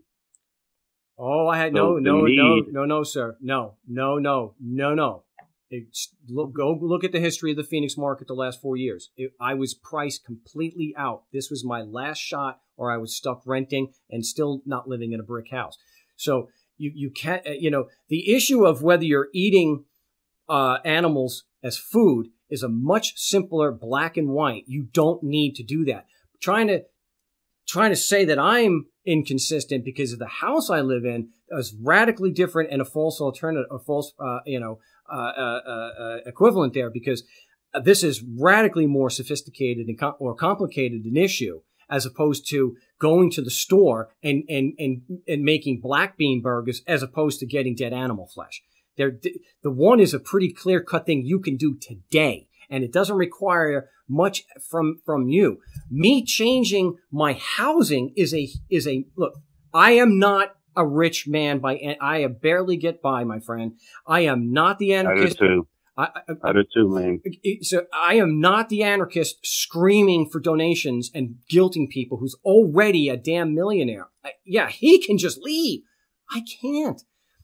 I am in an area where the housing prices are going up by the quarter. It's not that cut and dry an issue. But somebody's saying here, do you have a warrant against you? Is that Tom? Yeah. Yeah. It has been a while, but that ain't got me yet. Are you? Wow. So, what's the warrant for? I mean, you don't have to say exactly, but I mean, I didn't show up for court like 3 years ago because I was 2 days off on the date that I was supposed to show up. Well, did you want to file a motion to quash, or you're happy just letting it go? 3 years. I mean, if they catch me, they catch me. I mean, that would be good. For them to just forget about me and leave me alone, but for the government, they don't do that. No, not too often. Well, as long as you know the risks and whatnot, obviously, at least let people know and have so they have contact information here, and so if something does happen, you're not getting out. We would have to do a habeas corpus to get you out. They were obviously going to consider you a flight risk, and they're not going to bond you out unless you do a habeas corpus. So that's what hey, I kind of just chalked it up to they want $1,200, and if they get me, I guess I'm just in jail for 12 days. I just I kind of got burned out on just fighting these people because you only get lucky when they're lazy. That's kind of how I feel. They leave you alone, or they instead of giving you a DUI, they'll give you a reckless driving charge just because they're lazy. They don't want to deal with you anymore. But, at this point, they already got a warrant out for me. I failed to appear. So my only option is catch me and I'll just sit 12 days. That's kind of how I feel about it. So, all right. So just so we're clear, you wouldn't want anyone to do a habeas corpus for you. Because I'd love somebody to, try whatever they want. Well, don't get me wrong. Okay. Well, so make sure people have contact information for me, so we know if something like that happens, we can do something and at least try. Mm-hmm. I mean, yeah. It's worth a shot. I can come back in Skype. I can come back in Skype, give you some info. Okay. Yeah. Well, the info needs to be with somebody that if it happens to you, they can contact me. Okay, Yeah, but you can send some of the information, so this way, I think I have a habeas already crossed over for Texas, so it's something that so you contact me off air and we'll get you that, just in case something like that happens. So, but hey, 3 years, that's a pretty good stretch. I hope I hope it doesn't end. Yeah. Okay, eventually they're gonna catch up to you. What are you gonna do? You do like what I did so many times, you just go under the speed limit. If you see a cop in the distance, Yep. If it makes you take longer on your trip, just get out of the way. Don't make any sudden moves. That's what I do. And if there's traffic, don't try to avoid it because, if you're sitting in traffic, the chances of getting stopped are pretty much zero. So that's what we do. All right. Mm-hmm. And just know if they do stop you, keep your mouth shut. Exactly. All right. Well, I think we're going to be up against the break, so I do appreciate the call. All right. Thanks, man. Take it easy. Yep. And good luck with that. Hopefully, we never have to hear that Mike in Texas was picked up on that there warrant. All right. I'm just gonna start. I can't hear the feed, so we're just gonna get a lot more content on the show today. Somebody's asking me, is veganism a prerequisite to a voluntary society? And no, I just think that we would get there faster if we did, if we showed more compassion, if we were more ethically consistent. We're not going to be perfectly ethically consistent, but I think it makes the moral issue more profound and more urgent. I think. I mean, if you can't show any compassion for something that's weaker than you and something that then that's the whole thing is about domination. Someone's saying they got questions, so you can definitely call in if you'd like. But I'm going to see if Jason is back. Jason, you've been on hold for a while. We weren't able to hear you before. You're live on the No Stay Project. I guess maybe Jason's just listening. I don't know. So we're going to mute him back up. We have a call here from the Valley. We have area code 602. What's your name and what part of the Arizona you calling from? Is this Mark? Yeah, this is Mark. You're live on the show. Oh. Hey, Mark. Sean Morley calling. Don't know if you remember me. I emailed you there several months ago about doing an interview. We got to do something better with your audio. It's horrendous. All right, bear with me 1 second. How's that? I guess I'm going to have to live with it. So are you calling from Phoenix? Yeah, I'm actually out with Tukey, but I'm on my way up to Vegas right now, and I was just listening to your live stream here. I had a quick question for you there about veganism, because you really got me thinking. I consider myself to be a pretty principled anarchist. I'm kind of a student of Lysander Spooner, been listening to you for a long time, and I was listening to your thoughts on veganism, and I'm a huge fan of meat. However, when I was listening to the facts that you were presenting when it pertains to eating meat, I understand something I never really thought about before. And so when I was looking at the elements that make it immoral and unethical, you're absolutely right. I mean, there's no question about that. It's not like it's an opinion or anything. I think you're absolutely factual that it's when you have other choices, it's immoral and unethical to take the life of an innocent animal when you don't need to. You do have other choices. That said,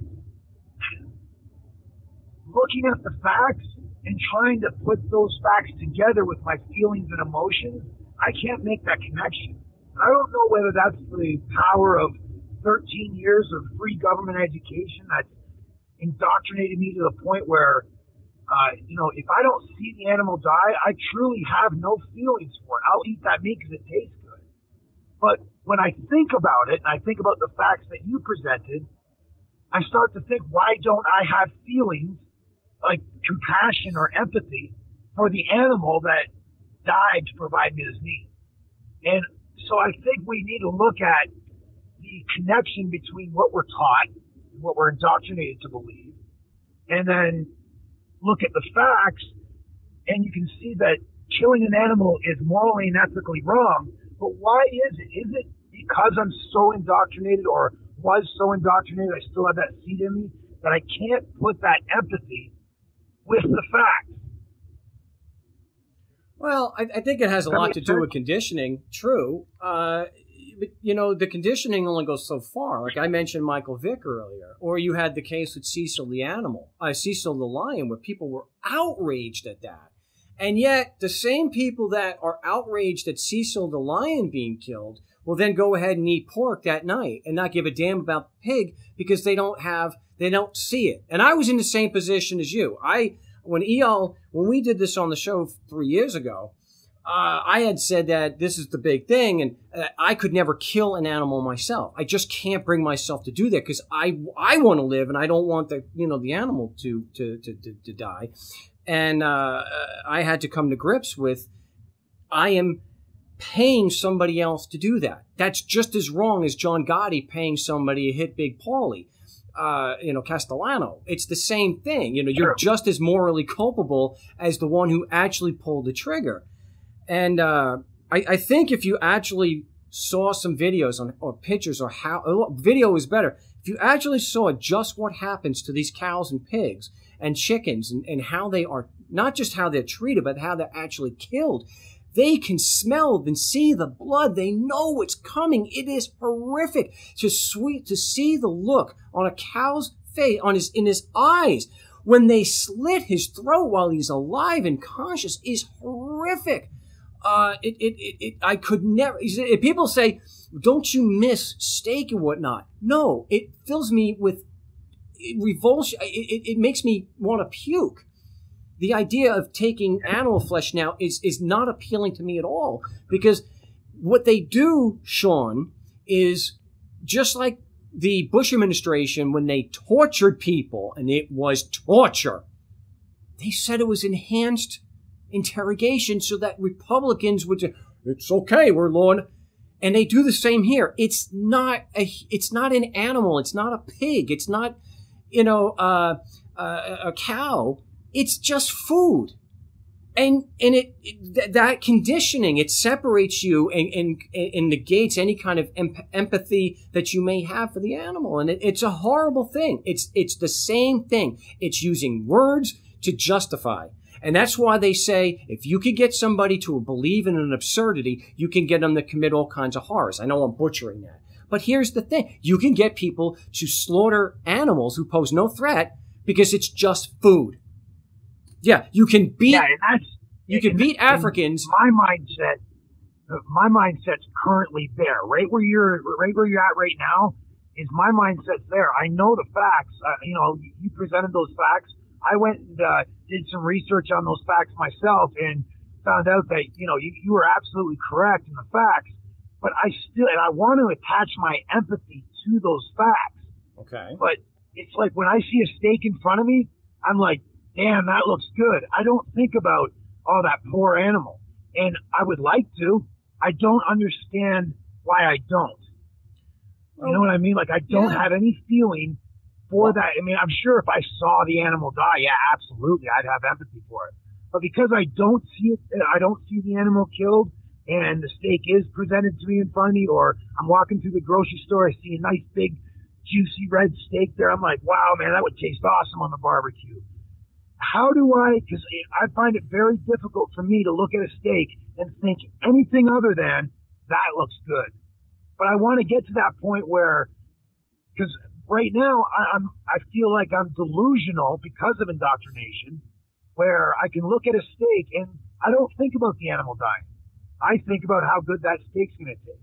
How do I break those chains of indoctrination and see that meat and be able to put the facts to that meat and say, man, an animal was killed for that?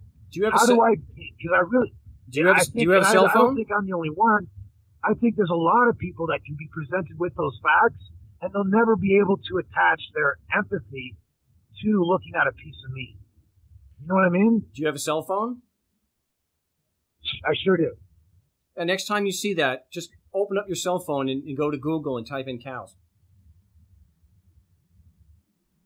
Yeah, well, yeah. What I'm saying, that might help. You know, if I actually witness on video like cows in distress and you know, being slaughtered, whatever, I'm sure, yeah, I could feel empathy at that moment. But the second I go walking back into a grocery store, I'm gonna look at a big piece of red meat and go, man, I need to slap that on the barbecue tonight. You know, and that's indoctrination. I think. Yeah. I'm assuming. I don't have any facts. Well, but when I you could talk suggest about it, and I did.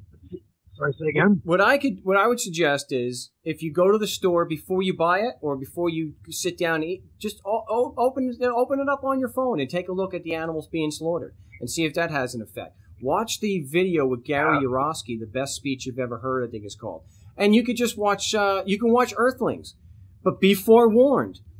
I couldn't make it through most of Earthlings. I saw maybe a half hour of it and I couldn't take it anymore. If you can watch Earthlings and want to still eat meat after that and have no reaction whatsoever, then you may want to see a psychiatrist. I'm trying to be funny, but really not. It was Earthlings or Earthlings? Earthlings. Earthlings. Okay, yeah, I'll definitely check that out. Because that kind of concerns me that when you presented those facts, I understand those facts, and there's no argument against those facts. But it's the it's the empathy, the feelings, and the emotions that I should get when I look at a piece of meat, knowing the facts, and I still don't get those feelings. And, you know, 48 years of eating meat, and 3 weeks ago I hear you talking about veganism. So, you know, 48 years of indoctrination, I think that's a little hard to break with 3 weeks of listening to your, you know, talk about veganism and stuff. But I want to get to that point where I can attach my empathy to the, and I think you could present these facts. Well, take the suggestions that I said. I actually haven't had a break since the first hour, so I'm going to have to take another break. We're at the top of the hour break, so hold on if you can. I got to meet you. My name's Mark Stevens. You're listening to the No State Project here on LRN.FM and my YouTube channel, No State Project. I am going to finally take a break, but if you want to join the big show, you may do so at 218-632-9399. We'll finish up with Sean, if he's still on the line with us. And that is a question. How do you get from, this, I know intellectually this is wrong, but damn it, how do I overcome my conditioning of several decades of just not seeing that as dead animal flesh, and that it was once a living, breathing, sentient animal who wanted to live instead of just, I tell you, the Gary Yourofsky, I can't spell it. But you just type into Google Gary Yourofsky vegan best speech. That should do it for you. If you can make it through the first half hour or so of Earthlings, definitely do that. Because like I said, I know I'm trying to be light here. If you can watch Earthlings and you still want to eat meat after that, it's probably best you go see a psychiatrist. But we'll be back in just a few moments. So a few minutes, so don't go away. Yes, welcome back to the No State Project, the third of 3 hours of Anarchy Radio right here on the Liberty Radio Network and streaming live from my YouTube channel, No State Project. I don't think I'm going to give out the number to the show because we got a full board of callers, so we will make our way. We got somebody from the East Valley, it looks like, over there. So, great. We'll get someone else from Phoenix. And I just want to point out anarchy meaning an absence of rulers, not an absence of rules. And that, anarchist, being an anarchist, at least for myself, it is more of an ethical position that I believe it's wrong to lie, steal, kill, and cheat people just because you call yourself a government. That the principle of do no harm, to live honestly, live honestly, injure no one, give every man his due. I believe that extends to everybody. And just because you call yourself a government doesn't mean that those principles don't apply. I know a lot of people believe that. They're called statists. And that they believe that these people are imbued with some magic that the basic principles of right and wrong don't apply to them. They do. They do not have a moral right to be immoral. And so Tom was mentioning something here about great music from the Big D. Yeah, it's called the MC5. Wow. If you're not familiar with the MC5, do yourself a favor here after the big broadcast. You're on YouTube, look up the MC5. You'll understand what I mean. Whoa. Would there have been punk if it was not for the MC5? I don't know. That is a big question. Anyway, let's get back to Sean in Phoenix. So, Sean, hey, Mark. All right. So, what I was suggesting before is watch Earthlings and definitely listen to Gary Yourofsky's The Greatest Speech. It's a life changer on there. If after that, I would, if that's not enough for you, then I would suggest actually going to a slaughterhouse and watching what they do to those animals. And if that is not enough to keep you from doing it, then I don't know. Then I'm out of ideas after that. The other thing is maybe you could look at it from a health standpoint. So if you can't have any kind of empathy for the animals, maybe the empathy for you and your family, that you are cutting your lifespan short because you're giving yourself the highest risk for all-cause mortality. Heme iron, methionine, cholesterol, saturated fat, these things are horrible for the body. And so you raise your risk for heart disease, cancer, diabetes.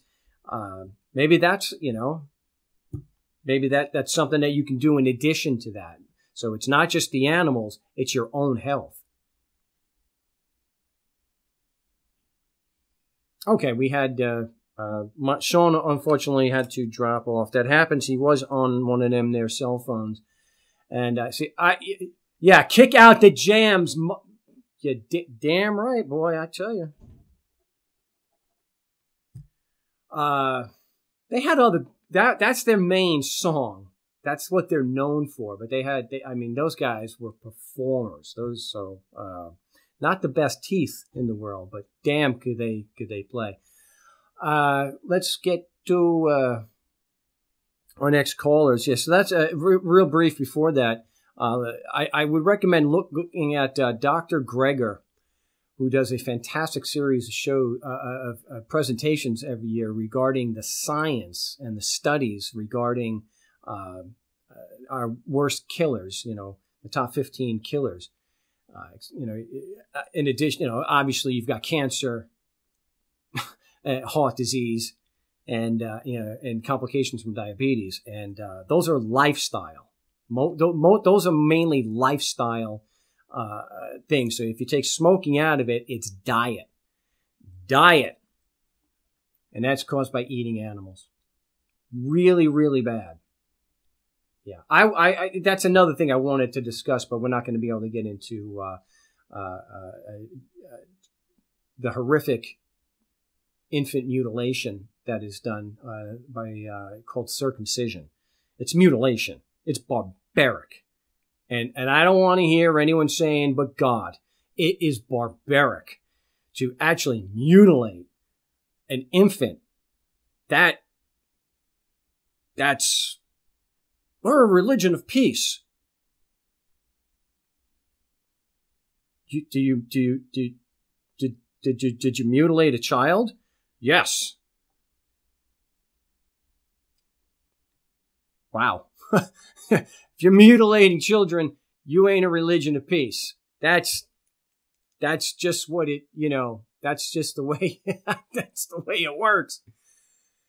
All right, we're going to go. It looks like it is Arizona, but area code 480, you're live on the No State Project. What's your name? Where you calling from?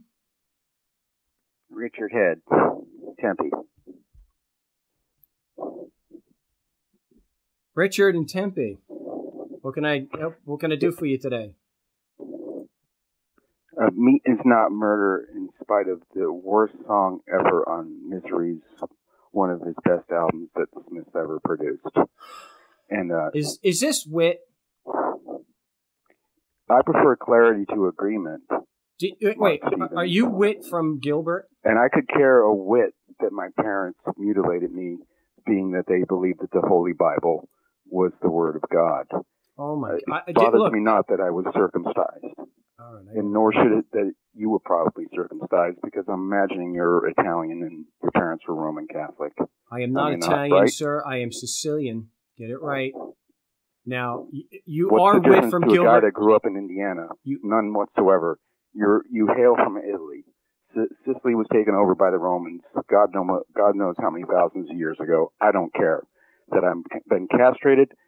Just as if your cat kills a rat in your Arizona house. And didn't I say that you were not to be on the show anymore? So if you're going to call from a different line and not be honest with me, that was Wit from Gilbert. We know why he's not on the show. Because he's abusive and he's angry. And I have no room in my life for trolls anymore. And to turn around and say, since it was brought up, to turn around, it doesn't matter if you're okay with it now. You were conditioned. Mutilating a child is mutilation, period. You can dress it up any way you want and say it's religion or God. Odin told me to do this. Doesn't make it right. It's barbaric.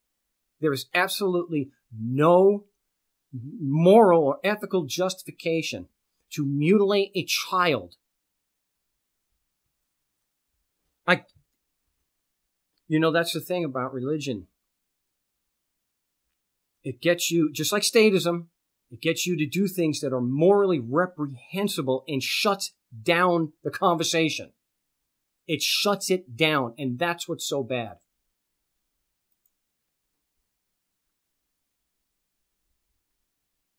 Man,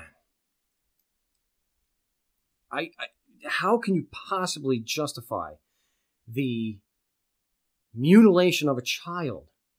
I mean, even if you accept and you have a tough time with eating animals, well, then they'll just say God. God. No, believe in God is fine if you want, but to use that to shut down a discussion is dishonest. Absolutely dishonest intellectually or however you want. It's just dishonest, period. And there is absolutely no justification to mutilate a child. That's disgusting. It's barbaric. We do not live in a stone age. It's just like stoning. It's speaking of stoning. It is murder to stone someone to death because they're a homosexual, or to throw them off the top of a building and kill them because they're gay. That is barbaric. I don't care what your God tells you. How many serial killers thought that God was talking to them? Think about that. You're talking about, a book that is trying to justify and get you to think it is okay to kill somebody because they're gay, or to mutilate a child, or that women have to be covered up. That if a woman is raped, her rapist isn't killed, she is, because she has brought shame on her family, unlike the animal who raped her. They even had an honor killing about 5-6 years ago here in Phoenix. An honor killing. An honor killing. This is barbarism. And someone could call me a self-righteous douche or whatever. I don't care. When you mutilate a child, there's no medical purpose. That's barbaric. Barbarism. Absolutely disgusting. If somebody's saying, hey, didn't Son of Sam say a dog told him to kill? Well, maybe it was God talking to a dog. He spoke through an ass before. And no, if I had a son, I would not have them circumcised. No, to answer the question. Just as if I didn't live in the United States, I had presence of mind that I would not have had a daughter mutilated also like they do in Africa and in the Middle East. It's just absolutely, this is something we got to talk about here. I think we have Sean back, so we're going to try to finish the segment with Sean. Sean, we got your back? Yeah, hey, Mark. Yeah, sorry about that. I was driving through that mountainous region north of Kingman there towards Vegas. Oh. All right. Well, yeah. So I was saying before, if you have if still after you're able to watch Earthlings and still do that, I would suggest if it really is important to you, just to go by your principle, and you just can't overcome the emotional feeling, that conditioning. Go to and watch what they do. See if you can actually see it in person. I don't know if they'd let you, but I don't know. You know, maybe one of the local farmers, or what, you know, maybe not a slaughterhouse, but a local farmer will actually let you watch them cut the head off of a chicken, or slit the throat of a pig. I don't know. You know, to me, it's a no-brainer. Well, I'm definitely going to check out that Earthlings movie, or documentary, I guess it is. Yeah, I think I would classify it as a documentary. Yeah, I'm definitely going to check that out. I think what I'm really concerned about is not so much. I mean, yeah, I'm concerned about not having my the side of me that I consider to be empathetic. I'm concerned that I can't attach that to what I know are the facts that support the idea that it's immoral and unethical to kill innocent animals. But what I'm really concerned even more so about is, how did I get that way? What was it specifically? Because, I mean, I don't think humans are born to be unempathetic. You know what I mean? I think they're conditioned to be that way, and I have no facts proving that. But that's kind of what the conclusion I've come to with a little bit of information I've acquired already. And so my big concern is, how did I get that way? Why is it so difficult to put those emotions with the facts and logic? You have a lot invested in it, and a lot. I think part of it because you were raised, you were conditioned that way, and that's just the way you saw things. You know, maybe an extreme example would be like a Trump supporter, where regardless of how many times it comes out that he is a liar and a fraud and just a con man, that he cheated on every one of his wives and publicly humiliated them. He lies with the ease of any typical narcissist. It's come out that he lied that he's self-made, which a lot of us knew. When you get a loan of $1 million, you're not self-made, and none of that matters. You know, people have so much invested in that, and that there may be a tremendous amount of guilt that you were tricked, you were fooled. It's just like all the guilt that we all carry with us because we participated in the death and suffering of these animals that we then ate. So that may be a mental block there too. That those things play into it. Do we really want to look? I don't like having to admit that I'm ethically inconsistent, but and it doesn't help me any to just say like Larkin Rose, but we're all hypocrites. That doesn't help any. I don't want to support that. I don't want to have to pay taxes and have some kind of support that are dropping bombs on innocent children over in the Middle East. I don't want that. I have culpability there.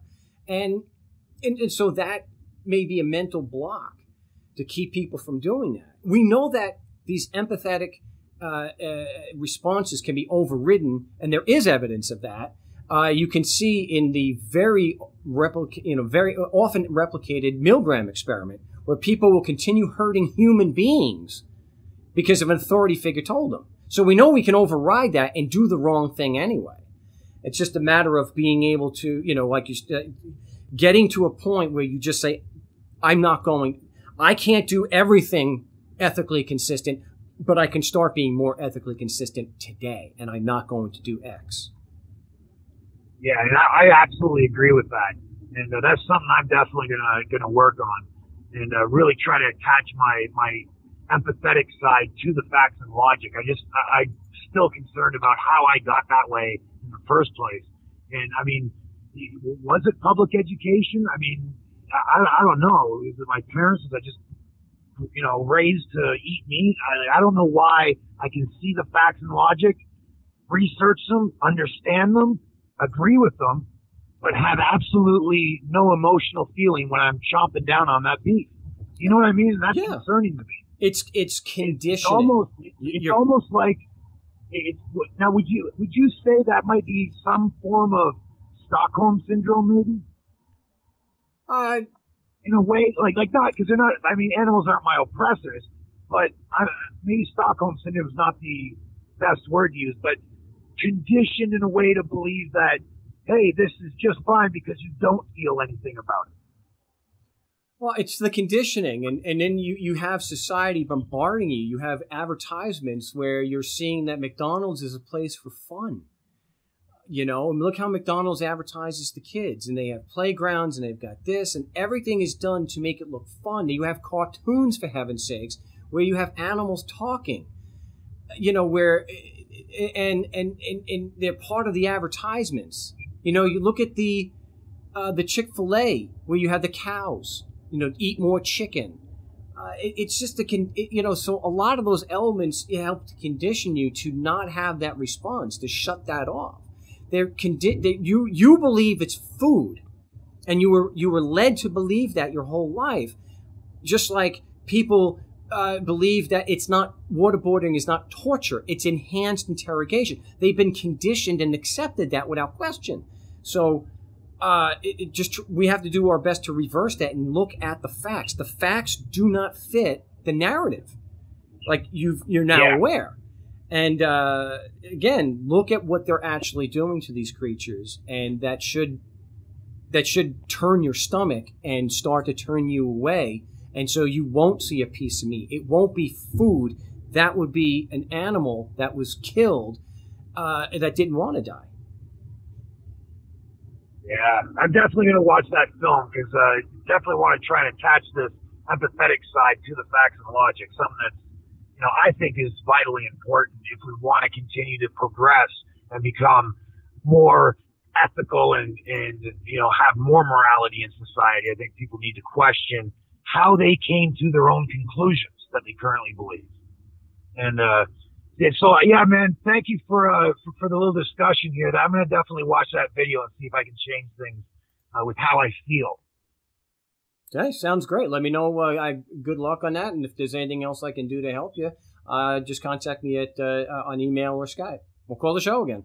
Yeah, actually, before I let you go there, there's a couple of things I wanted to throw by you real quick, and then I'll reach out to you in email here in a couple of days and see if maybe we can discuss it. I work at a medical marijuana dispensary out in Mesa.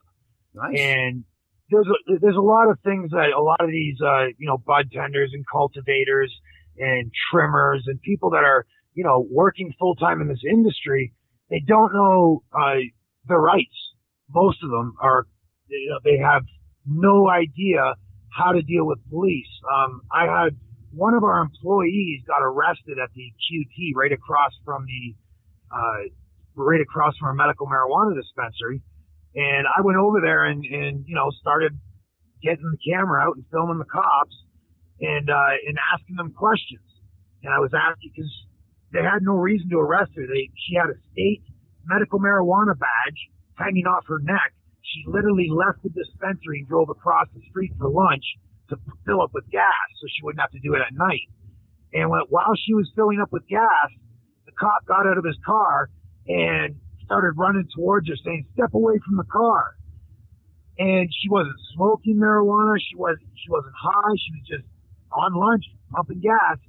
And so by the time I got over there, I was thinking, did this cop just see a state medical marijuana badge hanging from her neck and think to himself, if I can get a blood draw and prove there's THC in her blood, I'll bet you I can get an easy DUI through the system. You think that's what he thought? Because I went there to try and find out what their reasonable suspicion was for approaching her in the first place, and none of them would answer my questions, which leads me to kind of assume they don't have any reasonable suspicion. No. They literally feel they can just get an easy DUI through the system. Sure. They saw where she came out from, and it's just like sitting outside of a bar. Very easy. Yeah, that's sad. Like, these are human beings with badges. How did they come to the point where they will accept a career railroading young, innocent people that have done nothing wrong? Because they get a paycheck and they get to dominate other people. Imagine the losers in high school, okay, who weren't smart enough to get into the military. And I know I'm painting with a broad brush. I get that. But for a good majority, you know, I'd say it's accurate in my experience, since I deal with so many cops or bureaucrats. They were bullies in high school, and they're attracted to positions of power and domination. Some get into it because they feel that they want to help. But a lot get in because they're bullies, and they're given a gun and a badge, and they're given a steady paycheck.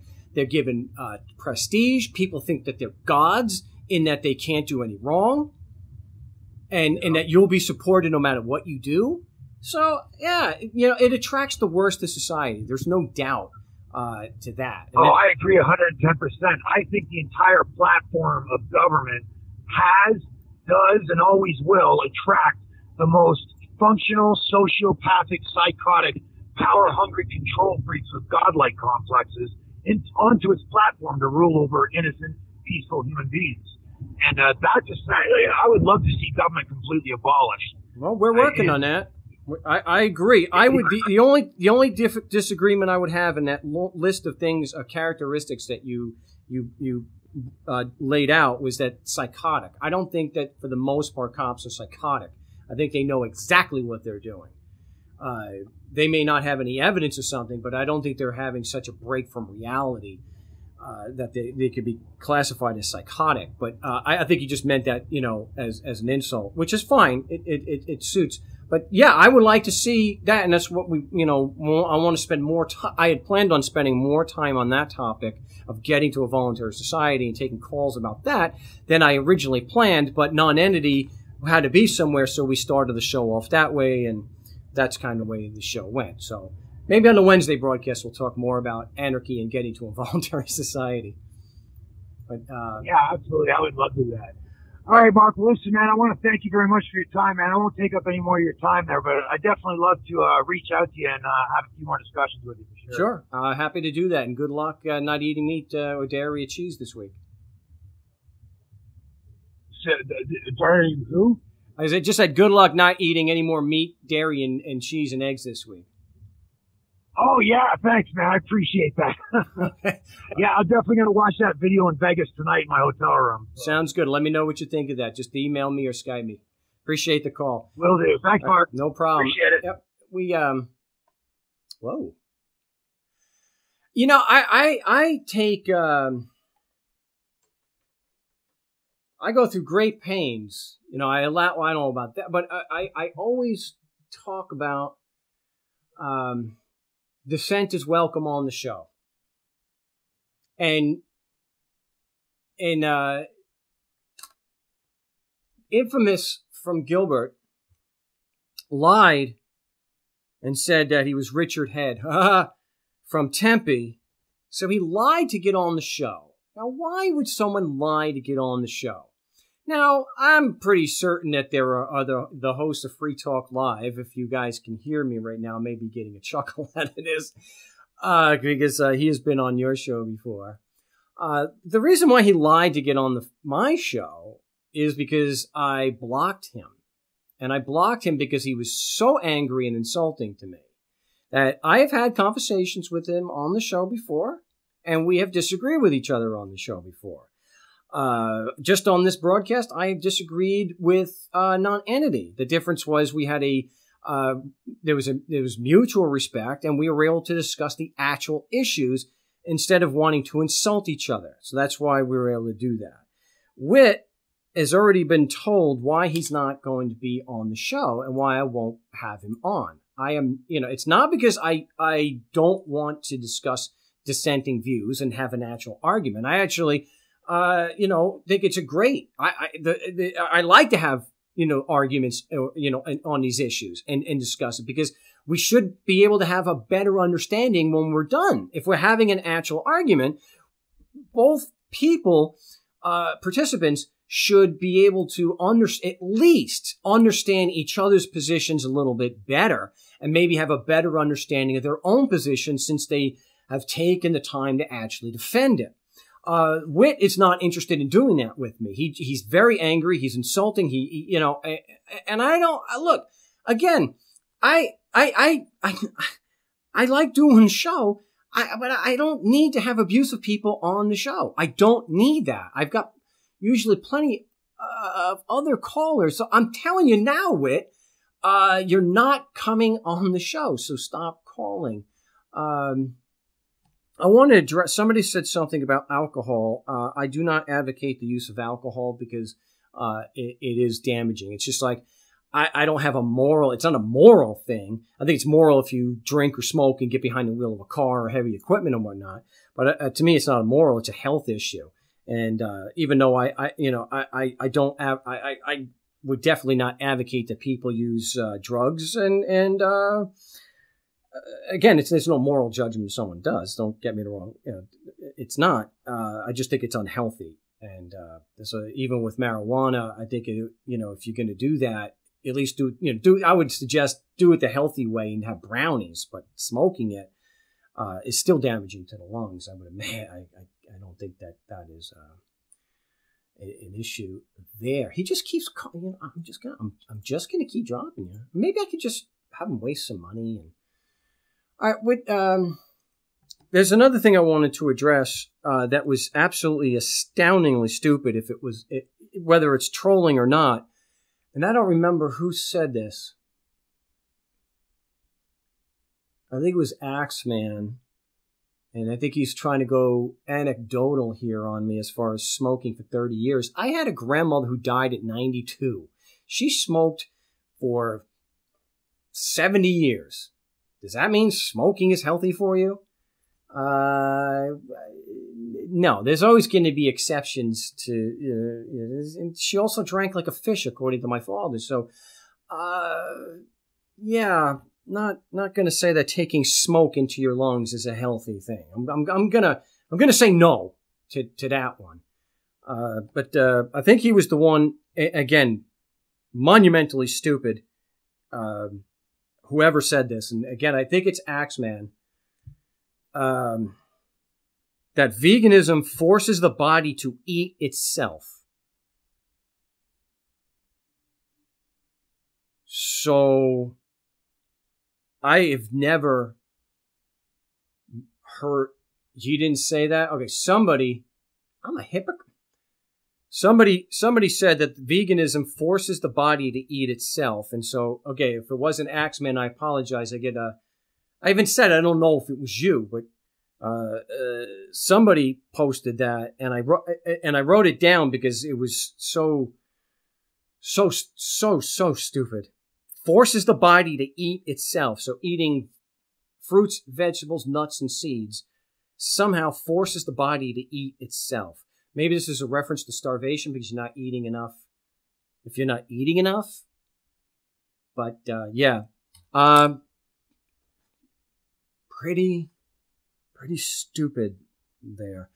So let's get back to the calls. We have area code 415. You're live on the No State Project. What's your name? Where are you calling from? Hey, Mark. Yes, what's your name? Where are you calling from? Yeah, hi, Mark. My name's Christopher, and I'm calling from Sonoma County, just north of San Francisco. I thought I recognized the 415. Yeah. So I have, first of all, let me state that you and I are kindred spirits in many ways, and I've been listening to you not for that long, maybe just for a few months, and going back, listening to old shows and all that. And then, mostly on the legal issues, where, obviously you just a breath of fresh air and speaking the truth. And, as far as our perspective about government, we could not be more aligned. And you've recently had a lot of, conversation about veganism. And that's something that's also, kind of close to my heart. I was virtually a vegan way back in the day. And I got into, it wasn't just the B12 thing. I got into a state of health that was deteriorated to the point where it took me quite a few years to get my digestion and my health back together. And the reason that I'm mentioning that is because the health practitioners that helped me, they advocate a paleo type diet, right? So that includes a lot of meat. So I went from virtually veganism to very different than that, eating meats, eating eggs, eating all that stuff. And I did it to preserve my health. I mean, and that was just the information I was being given. The recommendations these healthcare professionals made to me seemed to work. I did start putting my weight back on. I did start thriving again. I did return to digestive health, which is the core of anybody's health. So I'm just wanting to, and I've heard a lot of, I've heard a lot of people that are passionate about this topic making blanket statements about health, meaning it's completely unnecessary to eat meat. And for many people, perhaps that's true, but maybe not for everybody. So, there are, I would hope you would at least acknowledge that in the realm of health and diets that are healthy, there's a tremendous amount of controversy and very passionate views on all sides. And it isn't necessary, I just think that there is so much passion and so much emotion. It is hard to be objective. And when you talk about a sacred cow, forgive the pun, when you talk about a sacred cow and just don't accept any sacred cows and just ask for the evidence, like you and I haven't done the research. You and I don't have personal firsthand knowledge of the evidence that supports the claims of cancer and this and that and all this other stuff. And I don't have personal firsthand knowledge that I absolutely need to eat meat, but I was in a dire health situation and eating meat, I believe, was a main component just from my experience of it to gradually get me back to a place of much, much better health. So anyway, I just wanted to contribute that much, just that I respect you tremendously. I get it. I get the ethical concerns. I'm 100% with you on that. And I feel completely conflicted that it's a choice of either my health as I'm 62 years old, I'm getting older. Okay. My health. But let's discuss your health. Let's discuss your health about. You said you were virtually a vegan. What does that mean? What animal products were you still eating at the time? So I was a paramedic firefighter for 25 years, right? So I was at the firehouse. I was called Captain Carrot, right? I was the only guy there who would not, wasn't eating steaks, wasn't eating chicken, wasn't eating any of that stuff. And what I would do is I'd occasionally use an egg when I would bake, because I love to bake all kinds of wonderful, wholesome, whole grain breads and things. And so, I'd make cornbread and the recipe called for a couple of eggs I'd put in it. Right. So that's what I mean by virtually a vegan. Okay. Well, now, as far as your digestion problem, did you have, what was the actual medical diagnosis by your practitioner? What did he say? Was it colitis? Was it irritable bowel syndrome? What did you have? Celiac disease? What was the actual issue diagnosed by a competent physician with blood work and whatnot? What was the actual diagnosis of your digestion problem? Yeah, great question. So my situation was that I was just sort of, I had an abdominal surgery, and this had nothing to do with veganism or anything else. There was a defect in an artery in my gut, and it came on acutely, like sudden onset abdominal pain. I'm like, holy crap. And ultimately that ended up in a huge surgery, and they did a repair of this blood artery, this blood vessel. It wasn't the aorta. It was a secondary artery off the aorta. Okay. They repaired it, but I was fine up until that point. And then I had a tremendously hard time coming back from that surgery. I was failing to thrive. I was losing weight. I was getting sicker and sicker. I was just, forgive me for the, I just everything was just looking pretty bad. Okay. For my health, and the doctors. We're running out of time here. So, Chris, you gotta forgive me. But you gotta forgive me for this because I'm trying to get it in as much as we can. So I'm sorry. It's a pet peeve of mine. It seems to be that your digestion problem wasn't because you weren't eating meat. It looks like your digestion problem was something about, that had nothing to do with your actual diet. It had to do with the surgery that you had. How did the doctor actually say and diagnose you based on blood work, objective proof, okay, and say that there is something in meat that you need that you cannot get from plants? I mean, did he show you that? Right. He did that? The answer is no. So no. I'll make this very quick. The doctors at UCSF, at all the big hospitals, nobody could help me. Nobody could figure out. So I went to a functional medicine doctor, and you can look up what functional medicine is. They're looking for the underlying cause, et cetera, et cetera. Right. And they said, we don't know what's wrong with you either, but just start out by shifting your diet over to this other diet where no grains, no legumes, no gluten, no bread, like all these things that can be irritant to a sensitive bowel.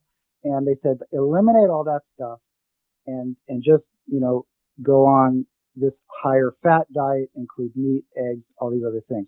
And as soon as I did that, and this is without blood work, without definitive diagnosis, nobody knows why.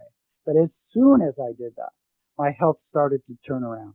I mean, seriously, in a very big way. It turned around. What was the actual digestion problem that you're complaining of? What was the actual problem? Well, it was malabsorption because I was losing weight like crazy, even though I was eating everything under the sun. So I was just failing to thrive. I wasn't absorbing any nutrients. I was having chronic diarrhea. I was just what were you eating? A mess and getting. What was your basic diet at that time? And how many calories per day were you getting?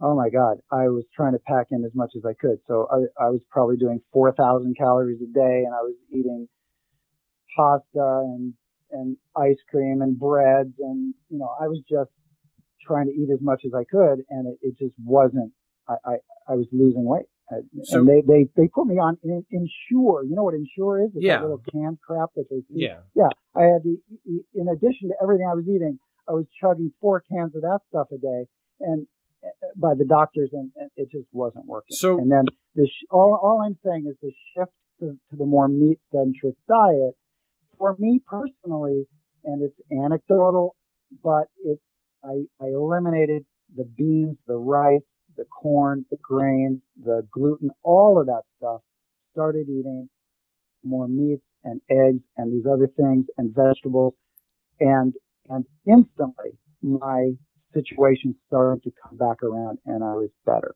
So all I'm saying is that it's not 100% necessarily for everybody, I don't think. How do you know you were getting 4,000 calories?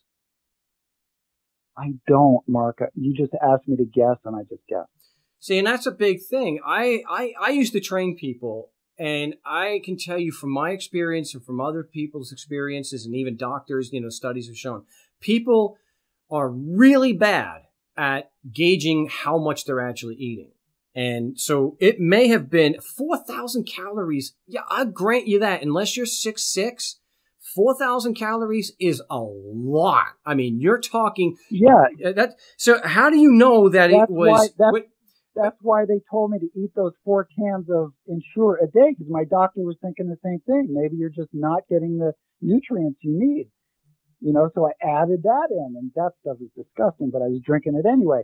I'm just saying I was eating an abundance of calories. That's all. But you're still spitballing and speculating at just how much. You may not have been. Now, I'm just saying you may not have. But the thing is, the ice cream, for example, and the eggs have animal protein and fat in them. So what was the difference? What is the difference between, because you were not eating a vegan diet or a plant-based diet. You were No. Right. So I had switched back to eating other stuff. I was eating butter. I was eating all kinds of stuff trying to gain weight. And you're right. But so the big thing was the elimination, perhaps, I don't know, but the elimination of the gluten, and the grains and the legumes and the, and if you have an autoimmune disease, eliminating nightshades. And so everybody is different. But all human beings are not. But you don't know that. For you said the doctors didn't give you a physiological reason or a diagnosis as what your actual problem was. They just decided to try to change. So, did you, because I'm trying to figure out again, how is the protein and fat that you're getting from the meat differing from the protein and animal protein and fat that you're getting from the eggs and the ice cream? The only thing I can think of off the top of my head is that the meat has heme iron, and that's the difference, because the protein in milk I don't think has heme iron. Again, I don't know all the breakdown on that. Because there have been very recent studies that Dr. Greger goes through, and also Kim Williams, who's also a world-renowned heart surgeon, and goes through the studies and showing just how unbelievably risky to your health, your overall health, the paleo diet is. So I would suggest, look at Kim Williams, Dr. Kim Williams, he's an MD, and watch the video that he did with the actual study showing the danger of a paleo diet. Maybe it is worth it to see what your actual food allergy, I'm just going to use that for convenience, see if it is celiac. You may have had celiac disease or leaky gut. Just find out exactly what it is, because eating meat, and maybe for whatever reason, you're one of these 0.5% people that for whatever physiological reason need meat. I don't know. Yeah, right. I don't know either. I don't know either, but I just know that when like you pointed to some studies and some doctors who say paleo is dangerous, and they'll back it up with studies and evidence that they show you. And I'm just wanting to weigh in the other side, not to contradict you or them, but there is another side of very reasonable, very rational people that actually believe, and they can back up with studies and evidence that the cholesterol issue, the saturated fat issue, the cancer issue, the heme iron issue, that all of these things are not the way the other people think are so dangerous. They say, well, it's a more complicated thing. It is actually not that dangerous. And if you look at these studies, it says something different. I'm just saying it seems to me to still be, from a health perspective, ethically, Mark, I'm on your team. I understand. Yeah. I'm just trying to get down to the nuts and bolts to see what your particular issue is, because because I treat it the same way as people who are overweight and say, I can't lose weight. Even no matter how many calories you cut, I can't lose weight. And I said, well, what makes you physiologically different so that you can actually gain weight by not eating, and even when you don't eat enough energy for your body to function? So let's say so here I'd like to know just what is it physiologically about you, and what is it about meat that even if you're getting let's say 4,000 calories of animal protein and animal fat, you're just getting it from eggs and you're getting it from butter and cheese. Okay. Why is that not sufficient? But magically overnight, I mean, immediately, actually, I think you may have contradicted there, but it seems like you're saying immediately after introducing meat, your digestion problem went away. And there's got to be some Right. kind of scientific reason for that. Right, and I tried to clarify that. So I think it may have been the combination of adding in more of the animal products, but maybe more importantly, or even exclusively, could be cutting. And I don't know this, but it could have been all the stuff that I eliminated, like no grains. That means no rice, no wheat, no corn, no oatmeal, no nothing, right? No grains, no legumes, right? No beans, no lentils, none of that stuff. No, and no nightshades, eggplants and tomatoes and those things. So if you, and also I eliminated dairy as well. So I would eat the meat from a cow, but not dairy. So when I went on to the paleo, I did all of those things at once. So you're absolutely correct. To figure out exactly which one of those things was the thing that was helpful to me, I have no idea. Or was it a combination? I have no idea. Well, because, and I'm a neophyte on this. I'm fairly certain, I'm pretty certain though, and I can look this up after the show. You can actually diagnose somebody who has a food allergy, or if they have celiac, or if they have a leaky gut or something like that. If there's a physiological reason that you cannot eat, grains or whatnot, that is something that they can actually test for and prove with objective, fact, evidence. So I don't know, you may not be worth it to you, or may not be, something that you're able to do to actually go and try to figure that out. You may have celiac. I mean, but celiac, see, I don't think it was celiac, because celiac is different. I mean, you would know if you have celiac. They would have told you. They would have been able to do a test. It just seems like they did. No, they did. They did the whole 9 yards on me, and they said that the Western medical doctors, that the traditional doctors said I did not have celiac, but the doctors that basically got me back to health said that there is a non-celiac gluten intolerance that is very, very prevalent and very difficult. Like if somebody can have a huge problem with a non-celiac gluten intolerance now. So it's not 100% straightforward or easy. And I can eat things that some other people can't, and they can eat things that maybe don't work for me. But I just think that I don't think we know enough yet. And there's so much passion and so much emotion on all sides of this issue that I don't believe that we know enough yet to say nobody should eat meat anymore. Ethically, I think we can say that. But once your health is involved, if you need to eat animals or eggs or dairy or whatever for your health, if you have health issues and you found no other remedy but to go over to more of a paleo type diet, then you're right. Then it's an ethical quandary, right? It's my health versus eating eggs, right? So it's well, it is.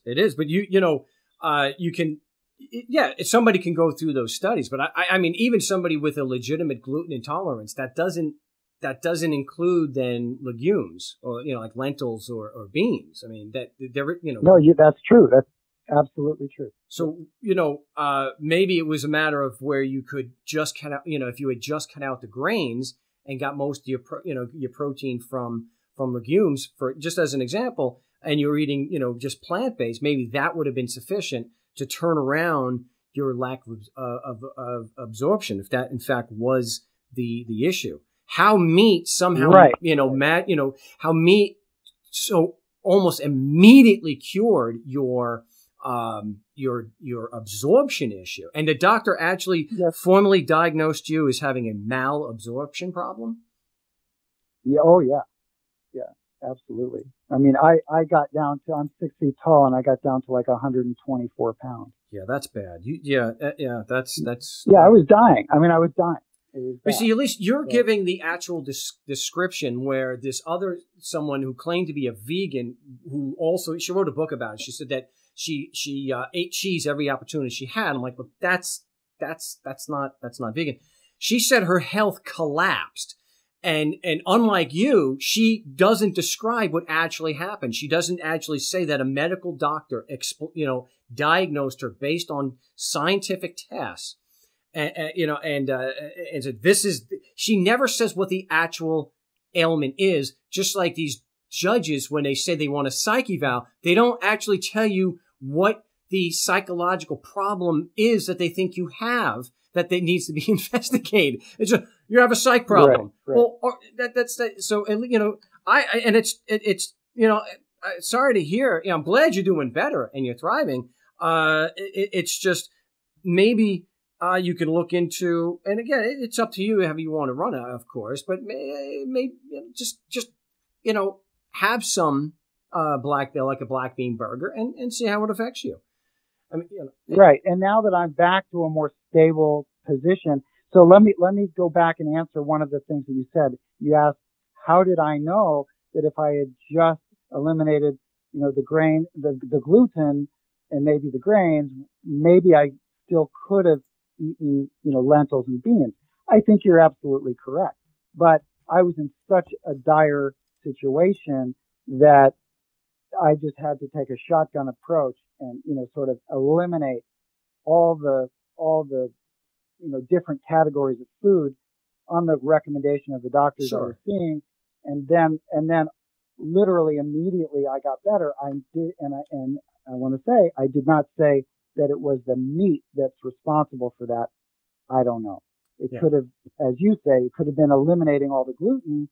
And then if I had just done that, I might have had the same, very, very, good recovery. So I didn't run that experiment. Right. Well, but now that my health is more stable, now I could introduce a little something and see if I react. Right.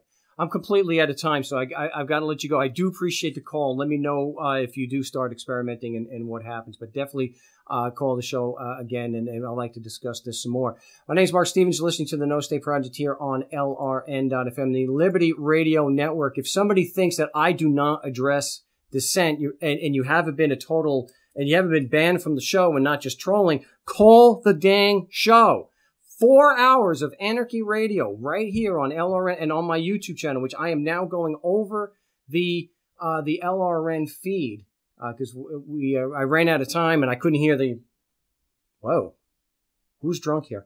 I couldn't hear the bumper. So you got to put up. I have. All right, 4 hours of broadcasting every single week. So. It's not accurate to say that I just don't listen to dissent and whatnot. If you're being a douche or you're just trolling, yeah, I'm going to do that. If you get, you start raging on the phone at me and start making all sorts of, insults, yeah, dissent doesn't mean that I have to put up with abuse and I have to put up with insults. But I'm more than happy to have dissenting views on the show, which is what we did again today. So I will be live on the Wednesday show. So if you think that I am afraid of dissent or I can't address your questions and I just run and hide because for some reason you don't think that I can support my own arguments, especially after I've done this for years, call the show and call me out. But you have to remain professional. There has to be mutual respect there. So when you call the broadcast, it's not like posting on Facebook and it is not like posting on YouTube. You have to show some mutual respect or that's it. And you can lie and say, well, Mark just doesn't want to dissent instead of saying, well, I was just trolling or I was being, I wasn't showing any kind of mutual respect there and I was just being insulting. All right. Call the broadcast 4 hours a week. I take calls. I do not screen. Just call the broadcast. I don't care about this internet warrior stuff and keyboard warriors. Call the broadcast. Dissent is welcome. But that doesn't mean that you're excused from acting like a human being and acting like a damn adult. Just ranting and screaming like Wit or ranting like Larkin Rose. And that's one thing I wanted to just real quick.